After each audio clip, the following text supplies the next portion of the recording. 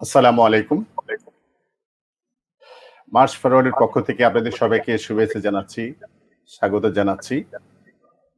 আমরা গতবারের মতোই আগামী ২৯ অক্টোবর অনুষ্ঠিতব্য ৪৩তম বিসিএস প্রিলিমিনারি পরীক্ষা উপলক্ষে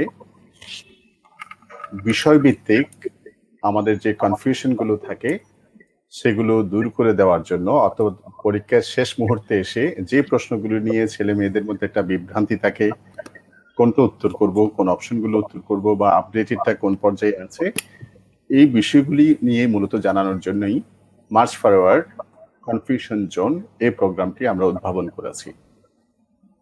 আজকে আমাদের বিষয় হচ্ছে মূলত বাংলাদেশ বিষয়াবলী এবং আন্তর্জাতিক বিষয়াবলী।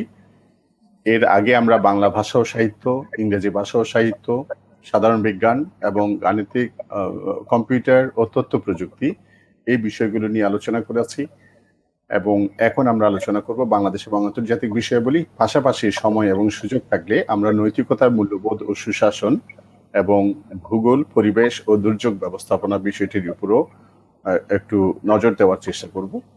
আজকে আমাদের পর্বে উপস্থিত আছেন আমাদের মার্চ ফরওয়ার্ডের প্যানেল শিক্ষকদের আমাদের সবচেয়ে সিনিয়র জন, বাংলাদেশ সরকারের পররাষ্ট্র মন্ত্রণালয়ের অন্যতম ডিরেক্টর জেনারেল এম ফরহাদুল ইসলাম স্যার। আমাদের সাথে আছেন চট্টগ্রাম কলেজের ইসলামের ইতিহাস ও সংস্কৃতি বিভাগের সহযোগী অধ্যাপক জনাব আনোয়ার মালেক মজুমদার এবং আছেন গোপালগঞ্জের নজরুল সরকারি কলেজের অ্যাসিস্ট্যান্ট প্রফেসর ইতিহাসের আশিস কুমার বাগচি, মার্চ ফরওয়ার্ডের খুব জনপ্রিয় একজন শিক্ষক। তো আমি সবাইকে স্বাগত জানাচ্ছি। যারা আমার সাথে আজকে শুনছেন লাইভে হওয়ার কারণে ফেসবুকে যারা আছেন তাদের সবাইকে বলবো এই সেশনটি আপনারা নিজেদের টাইমলাইনে শেয়ার করুন এবং আপনাদের যদি কোনো প্রশ্ন থাকে আজকের বিষয়গুলো নিয়ে সেই প্রশ্নগুলো আপনারা কমেন্ট বক্সে দিন, যাতে আমার যে কিছু কোয়েরি আছে সেগুলোর পাশাপাশি আমি আপনাদের প্রশ্নগুলো যেগুলো ইম্পর্টেন্ট দরকারি মনে হবে সেগুলো সম্মানিত আলোচকদের কাছে দিতে পারি। তারা তাদের উত্তরদানের মাধ্যমে পরীক্ষার পূর্ব মুহূর্তে আপনাদেরকে একটা সঠিক গাইডলাইন দেওয়ার দিক নির্দেশনা দেওয়ার চেষ্টা করবেন এবং আপনাদের ৪৩তম বিসিএস এর যে বন্ধুরা আছে তাদের নামগুলো মেনশন করে দিন, যাতে তারও আজকে আলোচনা অনুষ্ঠান শুনতে পারে এবং উপকৃত হতে পারে। আমি শুরুতেই আমাদের শ্রদ্ধেয় শিক্ষক ফরহাদুল ইসলাম স্যারের কাছে যাচ্ছি। স্যার, আপনি কি আমাকে শুনতে পাচ্ছেন?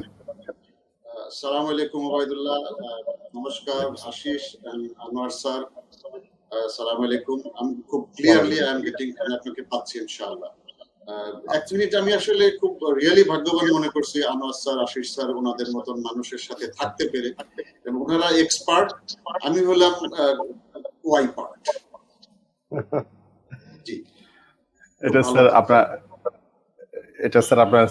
বিনয় মানুষকে উন্নত করে স্যার। স্যার আপনার কাছ থেকে শিখলাম স্যার, আপনি হচ্ছে বিনয়, মানে স্যার আমাদেরকে স্নেহ করেন আপনি, তাই স্যার এভাবে দেখলেন। খুব ভালো লাগে স্যার আপনার কথাগুলো শুনতে এবং আপনি স্যার আমাদের আইডল স্যার। এটা আসলে লোড বাড়িয়ে দেয়। হ্যাঁ জি স্যার, লোড বাড়িয়ে দিলে স্যার লোড নিতে হবে, যেহেতু আশিস বলে ফেলেছে কথা একটা। স্যার আমাদের সাথে যারা আছেন আমি সবাইকে শুভেচ্ছা জানাচ্ছি, যারা বিশেষ করে আইরিন সিদ্দিকা, শারমিন, মারিয়া, শাইলা, শারমিন, সুইটি পাল, পরে আইরিন, সাথী আক্তার, মিম সহ যারা আছেন, যারা সালাম দিয়েছেন সবাইকে ওয়ালাইকুম আসসালাম। আপনারা পার্টিসিপেট করুন কমেন্টের মাধ্যমে, আপনাদের কোনো প্রশ্ন থাকলে সেই প্রশ্নগুলোর মাধ্যমে, এবং আপনাদের বন্ধুদেরকে মেনশন করুন যাতে তারা এই আলোচনা অনুষ্ঠানটি শুনতে পারে এবং শেয়ার করবেন প্লিজ। আমি প্রথমেই সরাসরি আমাদের শ্রদ্ধেয় ফরহাদ স্যারের কাছ থেকে জানতে চাই, স্যার সংক্ষেপে যদি ক্যাম্প ডেভিড চুক্তিটি সম্পর্কে একটু বলতেন। ক্যাম্প ডেভিড চুক্তি কোথায় হয়েছিল, কত সালে হয়েছিল, কার কার মধ্যে হয়েছিল এবং কে মধ্যস্থতা করেছিলেন, এই বিষয়টি থেকে প্রায় প্রশ্ন আসে। আমরা প্রায় দেখি যে বিসিএস প্রিলিমিনারি পরীক্ষায় এই জায়গাটা থেকে একটা প্রশ্ন হয়। আপনি যদি স্যার সংক্ষেপে একটু ক্লিয়ার করতেন। Thank you very much Obaidullah Chowdhury and my colleagues, এখানে যারা হাজির আছেন, যারা পরীক্ষার্থী, সময় খুব কম, তাদের দোয়া দিয়ে, ভালোবাসা দিয়ে এবং শুভকামনা দিয়ে আমি শুরু করছি। ক্যাম্প ডেভিড এগ্রিমেন্ট এটা আসলে আমার দৃষ্টিতে কোনো সেপারেট অংশ না। মধ্যপ্রাচ্য শান্তি যদি আপনি প্রক্রিয়াকরণ করা শুরু করেন নিজে, এর একটা অংশ যেটা মধ্যপ্রাচ্যের শান্তি প্রক্রিয়াকে বাধাগ্রস্ত করেছে, মুসলমানদেরকে দ্বিধাবিভক্ত করেছে, মুসলমানদেরকে দ্বন্দ্বের ভিতরে জড়িয়ে দিয়েছে, সন্দেহ সংঘাতের ভিতরে নিয়ে গিয়েছে, এরকম একটা জায়গা আমরা দেখি ক্যাম্প ডেভিডকে। একই সাথে আমরা বলতে পারি যে এটা ইসরায়েলের বিজয়, এটা জায়োনিজমের বিজয়, বা এটা আমেরিকার বিজয় হিসাবে আমরা যদি দেখি, সেই হিসাবে আমরা দেখতে পারি। ক্যাম্প ডেভিড আমরা জানি যে যুক্তরাষ্ট্রের প্রেসিডেন্টের অবকাশ যাপন কেন্দ্র ছিল ওই সময়। এখানে প্রায় 2 সপ্তাহ ধরে গোপন আলোচনা চলে 1978 সালে, যেখানে ইসরায়েলের প্রধানমন্ত্রী বেগিন এবং আনোয়ার সাদাত মিশরের দ্বিতীয় প্রেসিডেন্ট ছিলেন। ওনারা গোপনে ক্যাম্প ডেভিডে এই মার্কিন প্রেসিডেন্টের অবকাশ যাপন কেন্দ্রে গোপন আলোচনায় মিলিত হয়, যেটার মধ্যস্থতা আমেরিকার প্রেসিডেন্ট উনি নিজেই করেছিলেন। এবং জিমি কার্টার তখন প্রেসিডেন্ট ছিলেন 78-এ, এবং জিমি কার্টার ইতিহাসে উনি অনেকগুলো বিধ্বস্ত অবস্থায় পৃথিবীকে রেখে গিয়েছিলেন। এই 79-এর এই সময়গুলো যদি আমরা দেখি, আমেরিকানদের লাইফটাকে উনি তেহরানে যেমন প্রায় 444 দিন ধরে আমেরিকানরা বন্দী ছিল, অপারেশন ইগল ক্ল উনি পরিচালনা করে ব্যর্থ হয়েছিলেন। অনেকগুলো ব্যর্থতা ওনার ঝুড়িতে আছে, কিন্তু এই জায়গাটাতে ওনার সফলতা আমরা দেখতে পাই। বেগিনের সাথে আনোয়ার সাদাতকে উনি যে চুক্তি করিয়ে দিতে পেরেছিলেন। ইনফ্যাক্ট 1948 সালের পর থেকেই যখন ইসরায়েল প্রতিষ্ঠিত হওয়া শুরু করলো, তখন থেকেই আরবদের সাথে সমস্যা, মুসলমানদের সমস্যা, এবং সর্বশেষ ইয়ামুল কিপারের যুদ্ধ আমরা জানি 1973 সালে ইয়ামুল কিপারের যুদ্ধ হয়েছিল। 1967 সালে শুরু হয় ইসরায়েল 6 দিনের যে আরব ইসরায়েল যুদ্ধ। বিভিন্ন যুদ্ধের একটা চরম পর্যায়ে 73-তে ইয়ামুল কিপারের যুদ্ধটা হয়েছিল। ইয়ামুল কিপার আপনারা জানেন যে ইহুদিদের একটা উল্লেখযোগ্য ধর্মীয় দিন, আমাদের যেমন ঈদের দিন, এই ধরনের একটা দিন। এই সময় তারা ছোট ছোট ঘর করে, কুড়ে ঘরের মতো করে ওর ভিতরে তারা থাকে এবং কেউ বের হয় না। তারা স্রষ্টার ইবাদত নিয়ে, বন্দেগী নিয়ে বা এগুলো নিয়ে ব্যস্ত থাকে, খুব ডিভোটেড থাকে এই সময়টাতে। তো এই সময়ে মুসলমানদের তরফ থেকে আঘাত হানা হয়েছে, এবং ইসরায়েল ন্যাচারালি এটাকে রিটেলিয়েট করেছে। আলটিমেটলি ইসরায়েলি এখানে জয়যুক্ত হয়েছে, এবং সিনাই সহ ওই অঞ্চলটা দখল করে নিয়ে নেয় ইসরায়েল। এই সিনাই দখলের পরবর্তীতে আনোয়ার সাদাত, মিশরের প্রেসিডেন্ট, সে অনেকটা শুধু কোণঠাসাই না, এক ধরনের মুসলমানদের বিরোধিতা করতে উনি বাধ্য হন, বা যে কোনো কারণে মুসলমানদের ইমোশনকে নিয়েও উনি খেলতে চেষ্টা করে উনার জায়গাটাকে উনি উদ্ধার করার স্রেফ চেষ্টা করেছিলেন। এখানে এই চুক্তিটা সই হয়েছিল 17 সেপ্টেম্বর 1978 সালে ক্যাম্প ডেভিডে, আমেরিকার ক্যাম্প ডেভিডে অবকাশ যাপন কেন্দ্র ছিল, জিমি কার্টার তখন ছিলেন। এটা এক ধরনের যুগান্তকারী চুক্তি। এটার ফলে ইসরায়েলের সাথে, মানে দ্যাট মিনস যদি আমরা মুসলমানদের কথা বলি, তাহলে প্রথম মুসলিম দেশ ইজিপ্ট যারা ইসরায়েলকে স্বীকৃতি দেয় এই চুক্তির মাধ্যমে, অফিসিয়াল রিকগনিশন আমরা দেখতে পাই।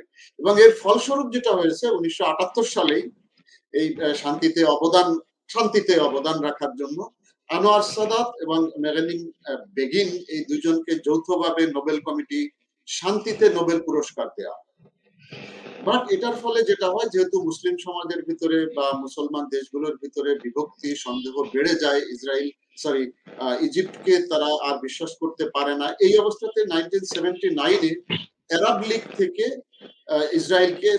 মিশরকে বের করে দেওয়া হয়। এই ক্যাম্প ডেভিড চুক্তিটা সেখানে বড় ভূমিকা হিসাবে কাজ করেছে এই জায়গাটাতে। এই জায়গাটাতে কিছুটা লাভবান হয়েছে মিশর, এইভাবে আমি বলবো যে সিনাই যেহেতু তাদের কাছ থেকে নিয়ে যাওয়া হয়েছিল, এই সিনাই তারা ফেরত পেয়েছে ঠিকই, কিন্তু আরো কিছু শর্ত সেখানে ছিল, যে এই শর্তগুলো ইসরায়েল কখনো মানে কমপ্লিট করে নাই বা এটা কমপ্লাই করে নাই। কথা ছিল যে ওই অঞ্চলের যে স্বায়ত্ত শাসন, অটোনমি দেয়া হবে। দুঃখজনক হলেও সত্য যে সিনাই সহ ওই অঞ্চলের যে সমস্ত অঞ্চল দখল করে নিয়েছিল ইসরায়েল, সেটা শুধু যে ইজিপ্টের কাছ থেকে তা কিন্তু না, আশেপাশের জায়গাগুলো থেকেও নিয়ে নেওয়া হয়েছিল। লেভেন্ট এরিয়া যেটাকে বলা হয়ে থাকে, মেসোপটেমিয়ার ওই যে অঞ্চলটা, মানে লেভেন্ট অঞ্চল যেটাকে বলা হতো, সেটা স্বায়ত্তশাসন দেওয়ার কথা ছিল, এখনো স্বায়ত্তশাসন দেওয়া হয় নাই, আর দেয়া হবে কিনা সেটা এখনো যথেষ্ট বড় প্রশ্নের ভিতরে রয়ে গেছে। সো যদি সামারি আমরা বলি, তাহলে এটা 17 সেপ্টেম্বর 1978-এ আনোয়ার সাদাত এবং ইসরায়েলের দিদেন প্রাইম মিনিস্টার মেহদিন বেগিন, ইনাদের ভিতরে চুক্তিটা সই হয়েছিল। সিনাই ফেরত এবং এই যুদ্ধটা ইয়াবুল কিফারের যুদ্ধের ফলাফল হিসাবে সিনাই হারিয়ে যাওয়াতে এটা আনোয়ার সাদাত চুক্তিটা গোপনে করেছিল, এবং সিনাই ফেরত পেলেও চুক্তির অন্য শর্তগুলো ইসরায়েল কখনোই পুরা করে নাই। ধন্যবাদ।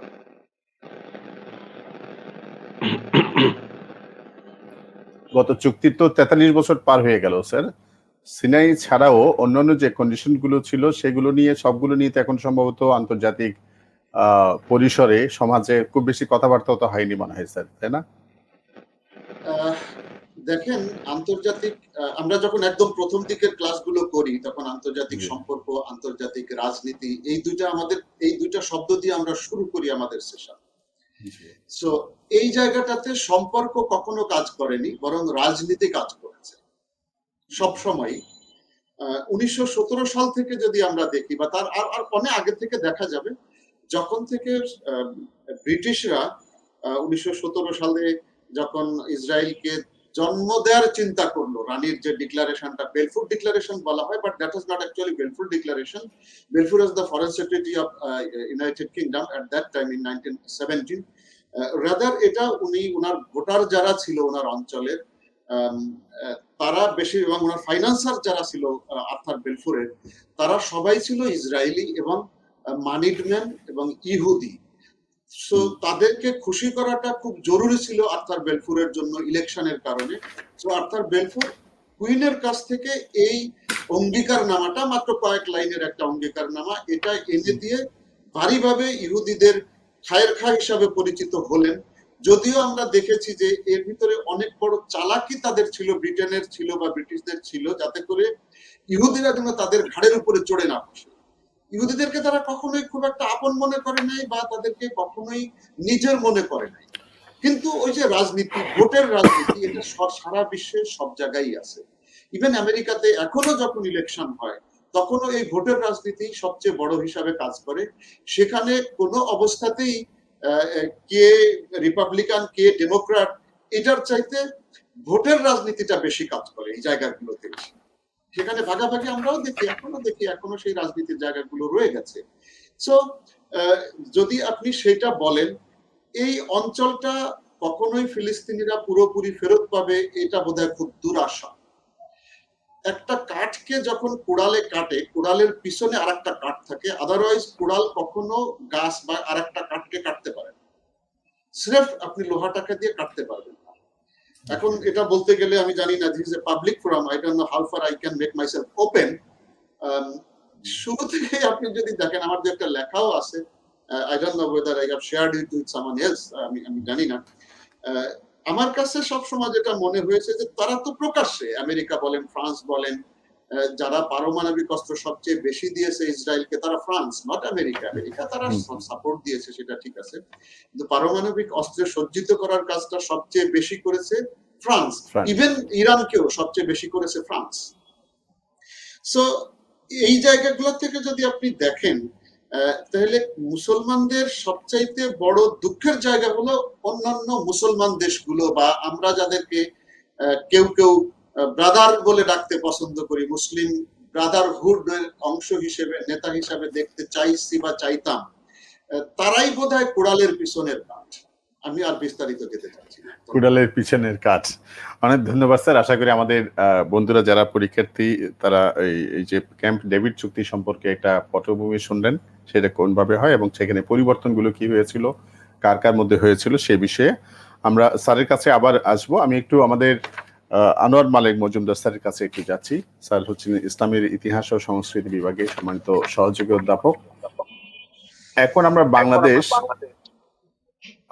দুটি গুরুত্বপূর্ণ সময় অতিক্রম করছি। একদিকে হচ্ছে স্বাধীন বাংলাদেশের 50 বছর পূর্তি চলছে, আরেকদিকে হচ্ছে এই বাংলাদেশ রাষ্ট্রের প্রতিষ্ঠাতা বঙ্গবন্ধু শেখ মুজিবুর রহমান, তারও শতবর্ষ চলছে মুজিব বর্ষ। আমরা সুতরাং এই সময়ে পরীক্ষাগুলোতে আমাদের স্বাধীনতা নিয়ে, মুক্তিযুদ্ধ নিয়ে, আমাদের সবচেয়ে বড় নেতাকে নিয়ে অনেক ধরনের প্রশ্ন হয়, হওয়াটাই হচ্ছে স্বাভাবিক। একটা কনফিউশন হয়, আমরা যখন এমনিতেই বলে যাই বিভিন্ন সভা, সেমিনার, কথাবার্তায়, বক্তৃতায় জাতির পিতা, জাতির জনক, সবগুলো কিন্তু আমরা হামেশাই ইউজ করি, কিন্তু আসলে অফিসিয়ালি শব্দটা কি জাতির পিতা হবে শেখ মুজিবের ক্ষেত্রে, নাকি জাতির জনক হবে? আমি একটু আনোয়ার মালিক মজুমদার স্যারকে ক্লিয়ার করার জন্য অনুরোধ করব। ওবায়দ, ধন্যবাদ। স্বাধীনতার এত বছর পরে এসেও আমাদেরকে এই বিষয়গুলো আলোচনা করতে হচ্ছে, কারণ হচ্ছে তুমি যদি এটা, আমরা আসলে আজকে যে আলোচনাটা করবো এটা কোনো মানে খুব একাডেমিক ডিসকাশন আমি যাব না, কারণ হচ্ছে আমরা এখন পরীক্ষার্থীদের জন্য আলোচনা করবো। হ্যাঁ, তো তোমাকে এটা বিষয়টা বলার আগে একটা জিনিস স্পষ্টভাবে আমি বলছি যে সাম্প্রতিক সময়ে ঢাকা বিশ্ববিদ্যালয়ে যে পরীক্ষাটা হলো, হ্যাঁ, সেখানে আমরা দেখলাম যে প্রশ্নের কিন্তু একটা পরিবর্তন ঘটেছে। সেখানে প্রশ্নের একটা অসাধারণ পরিবর্তন ঘটেছে। সেখানে প্রশ্নগুলো কিন্তু হচ্ছে আহ অনেকটা ব্যাখ্যামূলক প্রশ্ন করে, অনেকটা শিক্ষার্থীদের বুদ্ধিদীপ্ততা পরিমাপ করা হয়। ঢাকা বিশ্ববিদ্যালয়ের মনোগ্রাম নিয়ে কিন্তু প্রশ্ন হয়েছে, এবং শিক্ষার্থীদেরকে প্রশ্ন করা হচ্ছে যে ঢাকা বিশ্ববিদ্যালয়ের যে আপনি একটা বিশ্ববিদ্যালয়ের কাছে একজন শিক্ষার্থীর প্রত্যাশাটা কি। তাহলে আমরা দেখতে পাচ্ছি যে সাম্প্রতিক সময়ের প্রশ্নগুলোতে একটা পরিবর্তন আসছে। তো মানে আমরা যে বিসিএস পরীক্ষার কথা বলছি, তাহলে এটা তো একটা হাওয়া, পরিবর্তনের হাওয়া, যে আমাদের ট্রেডিশনাল প্রশ্নগুলো থেকে বেরিয়ে আসছে, ট্রেডিশনাল প্রশ্নগুলো থেকে বেরিয়ে এসে এখন নতুনত্বের দিকে যাবে।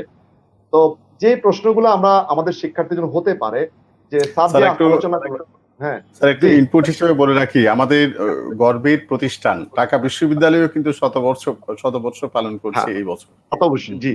সুতরাং একটা ইতিবাচক পরিবর্তন, এটা তো সবসময় ইতিবাচক পরিবর্তন তো হবেই, পরিবর্তন একটা হবেই, এটা পরিবর্তন হতেই হবে, টিকে থাকতে গেলে পরিবর্তন হতেই হবে। তো স্যার এতক্ষণ ক্যাম্প ডেভিড নিয়ে যেভাবে আলোচনাটা করলেন, এখানে অনেকগুলো প্রশ্ন কিন্তু আসবে।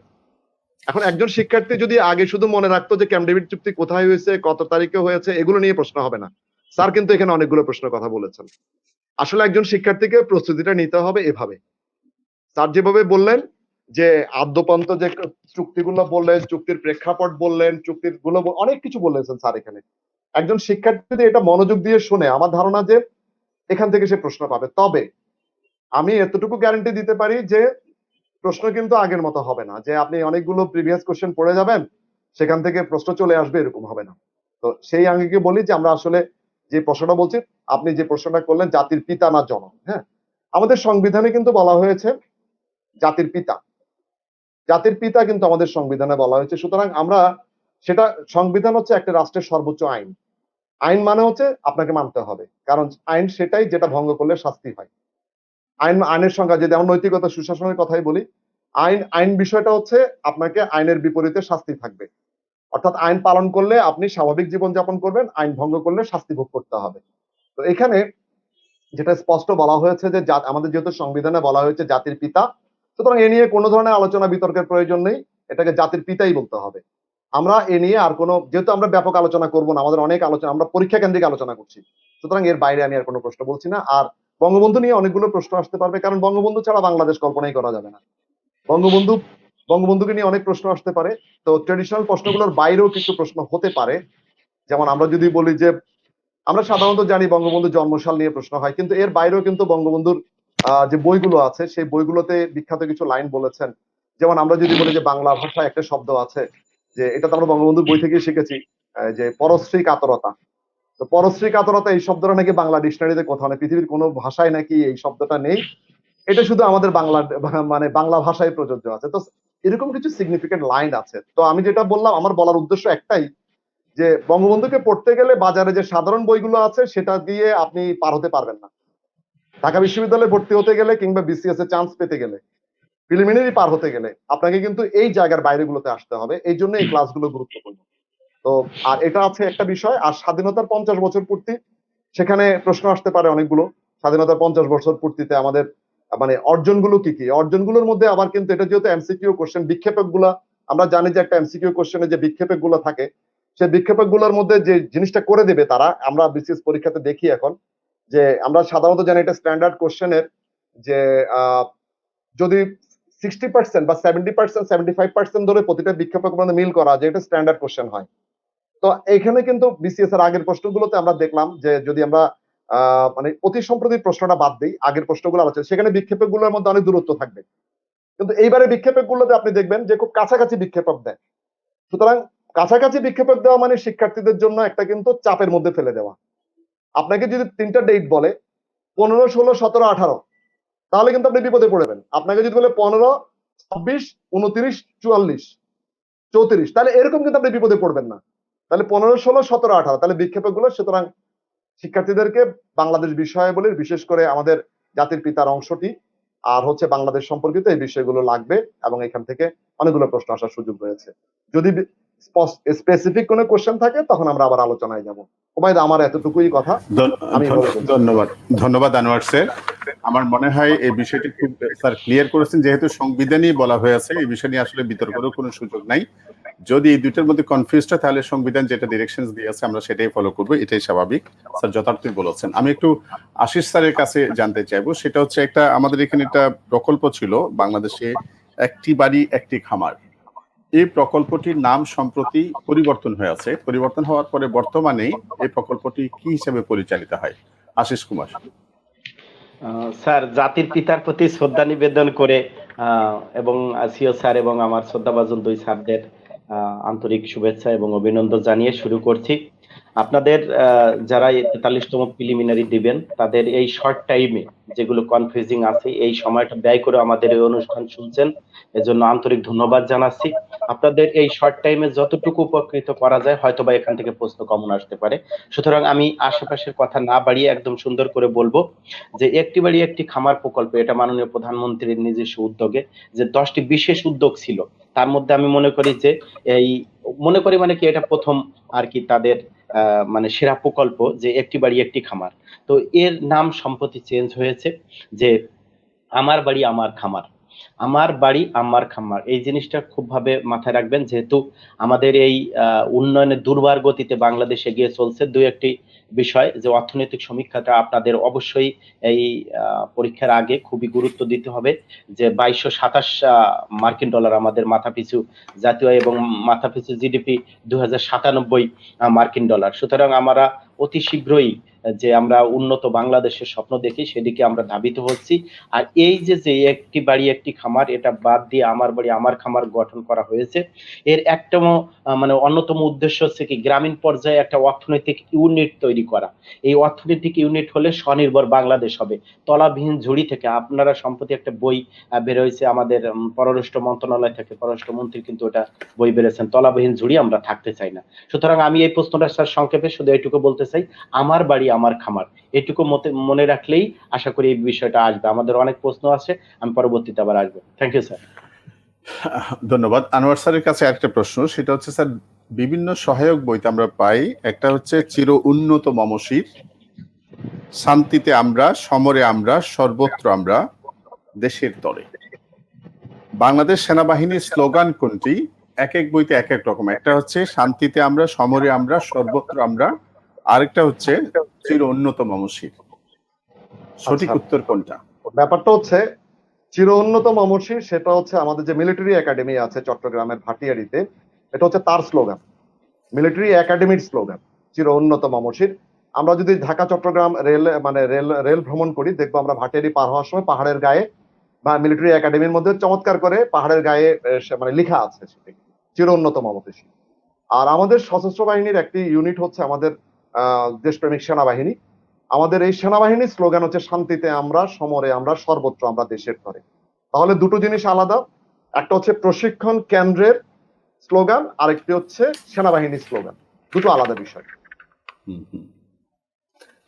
ধন্যবাদ। আমি একটু আমাদের ফরহাদ স্যারের কাছ থেকে জানতে চাই, সেটা হচ্ছে স্যার আমাদের মধ্যে পরীক্ষার্থীদের মধ্যে বিভিন্ন বই থেকে রেফারেন্স বা বিভিন্ন জনের কাছ থেকে বিভিন্ন ধরনের উপস্থাপনের কারণে একটা জায়গায় আমাদের কনফিউশন হয়, সেটা হচ্ছে প্রথম বার্ষায় চুক্তির সাথে দ্বিতীয় বার্ষায় চুক্তি গুলিয়ে ফেলা, আর একটা হচ্ছে প্যারিস চুক্তি, প্যারিস শান্তি চুক্তি। এই বিষয়গুলো সাল নিয়ে আমাদের অনেকের মধ্যে একটু বলার সময় বা উত্তর করার সময় একটু ভুলভ্রান্তি হয়ে যায়। এই ব্যাপারে কি স্যার আপনি একটু ব্যাখ্যা করবেন? প্রথম বার্ষায় চুক্তি, দ্বিতীয় বার্ষায় চুক্তি, প্যারিস চুক্তি, প্যারিস শান্তি চুক্তি। ফরহাদ স্যারকে একটু স্যার আনমিউট করতে হবে স্যার।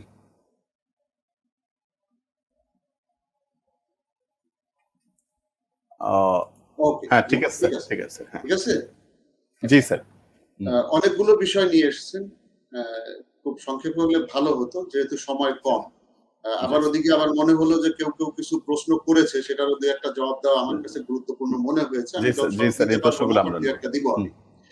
জি। আচ্ছা, প্রথমে যদি আমরা বলি যে প্যারিস চুক্তি বা ভার্সাই চুক্তি, আসলে ভার্সাইতে দুইটা চুক্তি হয়েছে। প্যারিস চুক্তি বলেন, প্যারিস এবং ভার্সাই এটা আলাদা করে দেখার কোনো দরকার নেই। এই কারণে ইনফ্যাক্ট প্যারিস বা ভার্সাই বলতে গেলে একই জিনিস। প্যারিসের উপকণ্ঠেই ভার্সাই, ভার্সাইতে যেহেতু রাজাদের বা কিংদের প্যালেস ছিল, এই জন্য জায়গাটা প্রমিনেন্সিতে এসেছে। ক্যাপিটাল যদিও প্যারিসে, কিন্তু রাজারা সবসময় ওখানে থেকেছেন। যেমন আমাদের যে ফ্রেঞ্চ রেভলিউশনটা ভার্সাইতেই হয়েছে। বাট এনিওয়ে, আমি ওদিকে যাচ্ছি না। চুক্তি ইনফ্যাক্ট দুটো হয়েছে, শান্তি বলেন অশান্তি বলেন যাই বলেন, চুক্তি হয়েছে দুটো। ভার্সাই চুক্তি, প্যারিস চুক্তি, যে নামেই ডাকেন না কেন। একটা হলো 1780-তে যখন ফ্রান্সের এইটা ভার্সাইতেই ব্রিটেন আমেরিকার মধ্যে যে চুক্তি সম্পাদিত হয়েছিল, যেটাকে আমরা শান্তি চুক্তিও বলি, প্রথম ভার্সাই চুক্তি নামেও বলি। এর কারণটা হলো দুটো শান্তি, দেখেন চুক্তি মানেই শান্তি, এটাকে আলাদা করে দেখার খুব একটা দরকার আছে বলে আমি মনে করি না, নাম আপনি যাই বলেন। এই আমাদের যে সর্বশেষ 2015 সালে যে চুক্তিটা হয়েছে ক্লাইমেট বিষয়ে প্যারিসে, সেটাকেও তো কেউ কেউ পিস ট্রিটি বলে বা পিস এগ্রিমেন্ট বলছে, যদিও এটা প্যারিস এগ্রিমেন্ট, স্রেফ ওটার নাম প্যারিস এগ্রিমেন্ট 2015 সালে যেটা COP21 এ হয়েছিল। সুতরাং পিস শব্দ যে কোনো জায়গায় আপনি নিয়ে আসতে পারেন। আর প্রথম চুক্তিটা হয়েছিল 1783 সালে সেপ্টেম্বরের 3 তারিখে, এটা কার্যকর হয়েছিল। মূল চুক্তিটা হয়েছিল প্রথম ভার্সাই চুক্তি নামে যেটা পরিচিত 1780 সালে। এটা আমেরিকা এবং ব্রিটেনের সাথে হয়েছিল। ইনফ্যাক্ট এখানে 4টা চুক্তি সই হয়েছিল। 4টা চুক্তি হওয়ার কিছু ব্যাকগ্রাউন্ড আছে। 4টা চুক্তি, একটা হলো ফ্রান্সের সাথে, স্পেনের সাথে, নেদারল্যান্ডসের সাথে এবং আমেরিকা, 4টা দেশের সাথে ব্রিটেনের চুক্তি হয়েছিল। এর আগের কাহিনী আমরা যদি দেখি যে আমেরিকাতে, বিশেষ করে উত্তর আমেরিকা দক্ষিণ আমেরিকা দুটোই যদি দেখি, এই জায়গাগুলোতে ফ্রান্স, স্পেন, ইউকে, নেদারল্যান্ড সবারই কলোনি ছিল। একদম উত্তর থেকে দক্ষিণ পুরোটা, দুই আমেরিকা জুড়েই, ফুল আমেরিকান কন্টিনেন্ট, উত্তর আমেরিকা দক্ষিণ আমেরিকান কন্টিনেন্ট মিলেই এদের কলোনি ছিল, একদম কলোনি। সেখান থেকে ব্রিটিশদের মানে ইন্সপাইরেশনে বা ব্রিটিশদের ষড়যন্ত্রে আমরা বলতে পারি যে ফ্রান্সকে বের করে দেওয়া হয় আমেরিকার অঞ্চলগুলো থেকে। এই জিনিসটা আমেরিকা বলে নাই। আপনারা বিভিন্ন জায়গায় দেখবেন, কানাডা বা ব্রিটেন, যে আমেরিকা, এই দুইটা যদি আমরা দেখি, আমরা দক্ষিণে না হয় নাই গেলাম, যেহেতু ভার্সাই চুক্তিতে অন্যরা ছিল না, ছিল যুক্তরাষ্ট্র ছিল। আমেরিকানরা ব্রিটিশরা যখন ফ্রেঞ্চদেরকে বের করে দিয়েছে, এটা আরো অনেক কারণ ছিল। রাজনৈতিক একটা কারণ, ফ্রান্সের সাথে ব্রিটেনের সম্পর্ক সবসময় উথাল পাথাল অবস্থা, কখনোই এক লাইনে যায় না, সবসময় সাইনুসয়েডাল, কখনো ভালো গেছে কখনো খারাপ গেছে। দ্বিতীয় বিশ্বযুদ্ধের পরে এসে এটা আস্তে আস্তে থিতু হওয়া শুরু করেছে। তাও তো ইউরোপিয়ান ইউনিয়ন ভাঙ্গার ভিতর দিয়ে আবারও সেই সাইনোসয়েডাল চেহারা আমাদের সামনে চলে আসে। যাই হোক, ব্রিটিশরা যখন ফ্রেঞ্চ, স্প্যানিশ এদেরকে বের করে দেয় আমেরিকার অঞ্চলগুলো থেকে, রাজনীতি করে, আমেরিকানদেরকে মদত দিয়ে, কানাডিয়ানদেরকে হেল্প করে বিভিন্ন ভাবে, এটা ফ্রেঞ্চরা ভালোভাবে নেয় নাই। সহজত নেওয়ারও কথা না, তাদের একটা অঞ্চল ছুটে গেছে। এটার প্রতিশোধ নিতে গিয়ে আমেরিকান কর্তৃপক্ষকে এরা, বিশেষ করে ফ্রান্স, সব ধরনের সহায়তা দিয়েছে, অর্থ থেকে শুরু করে সবকিছু। এই সহায়তা দিতে গিয়ে নিজেও দেউলিয়া হয়ে গিয়েছে ফ্রান্স। 1789 সালে যখন ফরাসি রেভলিউশন শুরু হয়েছে, 1 দশক ব্যাপী ফরাসি রেভলিউশনের অনেকগুলো কারণের ভিতরে এটা একটা বড় কারণ ছিল যে ফরাসি সরকার বা রাজা লুই দা 16, উনি যখন দেশের ভিতরে মানুষ খেতে পাচ্ছে না, ফসল হচ্ছে না, ড্রট, অনেক ধরনের সমস্যা হচ্ছে, এই সময় উনি রাষ্ট্রীয় সম্পদ দিয়ে দিচ্ছেন আমেরিকাকে, যাতে করে তারা যুদ্ধ করে ব্রিটিশদেরকে বের করে দিতে পারে তাদের দেশ থেকে। সো এ ধরনের কারণগুলোর কারণেই, এই কারণে ফ্রান্সের সবচেয়ে বড় ভূমিকা ছিল ব্রিটিশদেরকে আমেরিকা থেকে বের করে দেওয়ার জন্য, এবং এই লজিকেই আমেরিকা এবং ব্রিটেন ফ্রান্সেই বসেছিল চুক্তির, এবং ওখানে 4টে চুক্তি সই হয়েছিল। আবারও বলি, সেই 4টা চুক্তি ফ্রান্স, স্পেন, নেদারল্যান্ডস এবং আমেরিকার সাথে ভিজাভি ব্রিটেন। সুতরাং এই 4টাই ভার্সাইয়ের প্রথম চুক্তি, চুক্তিটা একটা না। এবং এই চুক্তিটা কার্যকর হয়েছে সেপ্টেম্বরের 3 তারিখে 1783 সালে, যখন আমেরিকা পূর্ণ স্বাধীন দেশ হিসাবে স্বীকৃতি লাভ করে। যদিও চুক্তি সম্পাদিত হয়েছে 1780 সালে ব্রিটেন এবং আমেরিকার মধ্যে, কিন্তু কার্যকর হয়েছে পরে। আর কার্যকর হওয়ার জন্য কিছু কারণও থাকে, একটা চুক্তি সই হলেই সেটা কার্যকর হয়ে যায় না। সেটাকে কার্যকর করতে হলে, আমরা ক্লাসেও এটা আলাপ করেছি, যারা শুনছে তারা জানবে আমি ধারণা করি, যে এটা পার্লামেন্ট থেকে এটাকে অনুমোদন নিতে হয়, প্রত্যেক দেশের নিজস্ব পার্লামেন্ট থেকে সেটাকে অনুমোদন নিতে হয়, যেটাকে ইংরেজিতে রেটিফিকেশন বলা হয়। তো সেই প্রসেসের ভিতর দিয়ে যাওয়ার কারণে চুক্তি যেদিন সই হয় সেদিনই ওই চুক্তিটা কার্যকর সাধারণত হয় না। তো এখানেও সেই একই জিনিস হয়েছে। 1780 সালে প্রথম চুক্তিটা সই হয়ে 83 সালের সেপ্টেম্বরের 3 তারিখে চুক্তিটা কার্যকর হয়ে আমেরিকা স্বাধীনতা লাভ করে। এটা ভার্সাই চুক্তির প্রথম চুক্তি, যেটা আমরা বলে থাকি। শেষ, এটা খুব বেশি বড় কিছু নেই এখানে। দ্বিতীয় ভার্সাই চুক্তিটা, আমি বলবো যে দ্বিতীয় ভার্সাই চুক্তিটা শান্তির চুক্তি কিনা এটা সন্দেহ রয়ে গেছে যথেষ্টভাবে। বরং দ্বিতীয় ভার্সাই চুক্তি দ্বিতীয় বিশ্বযুদ্ধের কারণ হিসেবে আমরা পরিষ্কারভাবে বললে ভুল হবে না। এই দ্বিতীয় ভার্সাই চুক্তিটা সই হয়েছিল প্রথম বিশ্বযুদ্ধের শেষে। আমরা জানি যে যখন খুব নাৎসিদের খুব দুরবস্থা, বা অ্যাডলফের অবস্থা যখন ভালো না, হেরে যাচ্ছে অ্যাডলফ হিটলার, এই অবস্থাতে অ্যাডলফ হিটলার নিজেই উনি আমেরিকাকে অনুরোধ করলেন। উড্রো উইলসন তখন প্রেসিডেন্ট ছিলেন আমেরিকার, এবং এই ভদ্রলোক খুব ভালো একজন পলিটিক্যাল সায়েন্টিস্ট ছিলেন। ওনার বইও আছে, উনি অনেক বিভিন্ন জায়গায় যখন পলিটিক্যাল সায়েন্সের ইস্যু গুলো আসে, ওনার মতামতকে যথেষ্ট গুরুত্ব দেওয়া হয়। প্রেসিডেন্ট উড্রো উইলসনের মতামতকে গুরুত্ব দেওয়া হয়ে থাকে। সো উনি যে 14 পয়েন্টটা ওর ভিত্তিতেই দিয়েছিলেন, যেটাকে আমরা আদর্শবাদ হিসাবে দেখেছি। যদিও এটা দ্বিতীয় বিশ্বযুদ্ধের সময় আদর্শবাদ আর কাজ করে নাই, বরং রিয়ালিজম তখন চলে আসছে। প্রফেসর ইএ স্কার, স্কটল্যান্ডের একজন ভদ্রলোক, উনি যে কিছু কমন গুডস, বিভিন্ন ধরনের আইডিয়া উনি সামনে নিয়ে এসেছিলেন, সেগুলা তখন সামনে চলে এসে, যাই হোক, প্রথম বিশ্বযুদ্ধের সময় ওনার এই আইডিয়াল অ্যাপ্রোচ, যেটা আদর্শবাদ প্রেসিডেন্ট উড্রো উইলসনের, সেটা কাজ করেছে 14 পয়েন্টের ভিতর দিয়ে। এবং 14 পয়েন্টটা, সেটা নিয়েও কিছু বিতর্ক আছে। পরিবর্তন যেটা মূল করা হয়েছিল মূল জায়গা থেকে, বিভিন্ন কারণে, পলিটিক্যাল কারণে ওখান থেকে ওনাকে পিছিয়ে আসতে হয়েছিল বিভিন্ন জায়গাতে, পয়েন্ট গুলোতে ওটা পুরোপুরি বাস্তবায়ন করা সম্ভব হয় নাই। সো যাই হোক, যখন অ্যাডলফ হিটলার প্রেসিডেন্ট উড্রো উইলসনকে এক ধরনের অনুরোধই করলেন যে ঠিক আছে আমরা সারেন্ডার করব, এখন একটা ব্যবস্থা করেন, সেই সারেন্ডারের জন্য যে চুক্তিটা হয়েছিল সেটা হলো ভার্সাই চুক্তি দ্বিতীয়টা। এটা 28 জুন 1919 সালে ভার্সাই প্যালেসে এটা হয়। ভার্সাই প্যালেস, আমি বলেছি যে রাজাদের প্যালেস ছিল সেটা।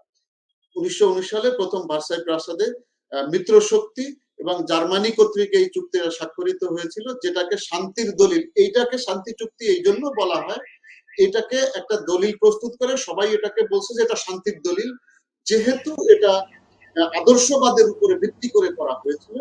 এই সেন্সে এটাকে শান্তি দলিল বলা হয়ে থাকে। বাট আমি ব্যক্তিগতভাবে এটাকে মনে করি যে এটা শান্তি দলিল নয়, এটা দ্বিতীয় বিশ্বযুদ্ধ শুরুর দলিল। সেটার ব্যাখ্যা অনেক লম্বা আছে, আমরা দিতে পারবো। যাই হোক, এটা দ্বিতীয় ভার্সাই চুক্তি, এবং চুক্তিটা কার্যকর হয়েছে 1920 সালের 10 জানুয়ারিতে। দ্বিতীয় ভার্সাই চুক্তিতে Austria, Hungary, Bulgaria, France, Germany, Italy, even Ottoman Empire, Japan, তারপরে পর্তুগাল, সোভিয়েত ইউনিয়ন, দিদেন সোভিয়েত ইউনিয়ন, যেহেতু অলরেডি 1917 সাল পার হয়ে গেছে, সোভিয়েত ইউনিয়ন তখন গঠনের প্রক্রিয়াও চলে গেছে, যুক্তরাজ্য, এরা সবাই সেখানে ছিল। সুতরাং এই যুদ্ধ বিরতির যে ব্যবস্থা, এটা সাধারণ ব্যবস্থা উড্রো উইলসনই করেছিলেন। যাই হোক, এখানে যে 1919-এর যে চুক্তিটা তৈরি করা হয়েছিল, বিগ ফোর নামে খ্যাত, যারা তার ভিতরে ছিলেন, ব্রিটেনের প্রাইম মিনিস্টার ছিলেন ডেভিড লয়েড জর্জ ওনার ফুল নাম ছিল। ফ্রান্সের প্রাইম মিনিস্টার ছিলেন জর্জ ক্লেমেন্সো। তারপরে ইউএস এর প্রেসিডেন্ট ছিলেন উড্রো উইলসন। ইটালির প্রধানমন্ত্রী, ইটালি যদিও ভিন্ন অক্ষে ছিল, সেখানেও প্রধানমন্ত্রী ভিক্টোরিয়া অরল্যান্ডো উনিও ছিলেন, এই জন্য বিগ ফোর বলা হয়।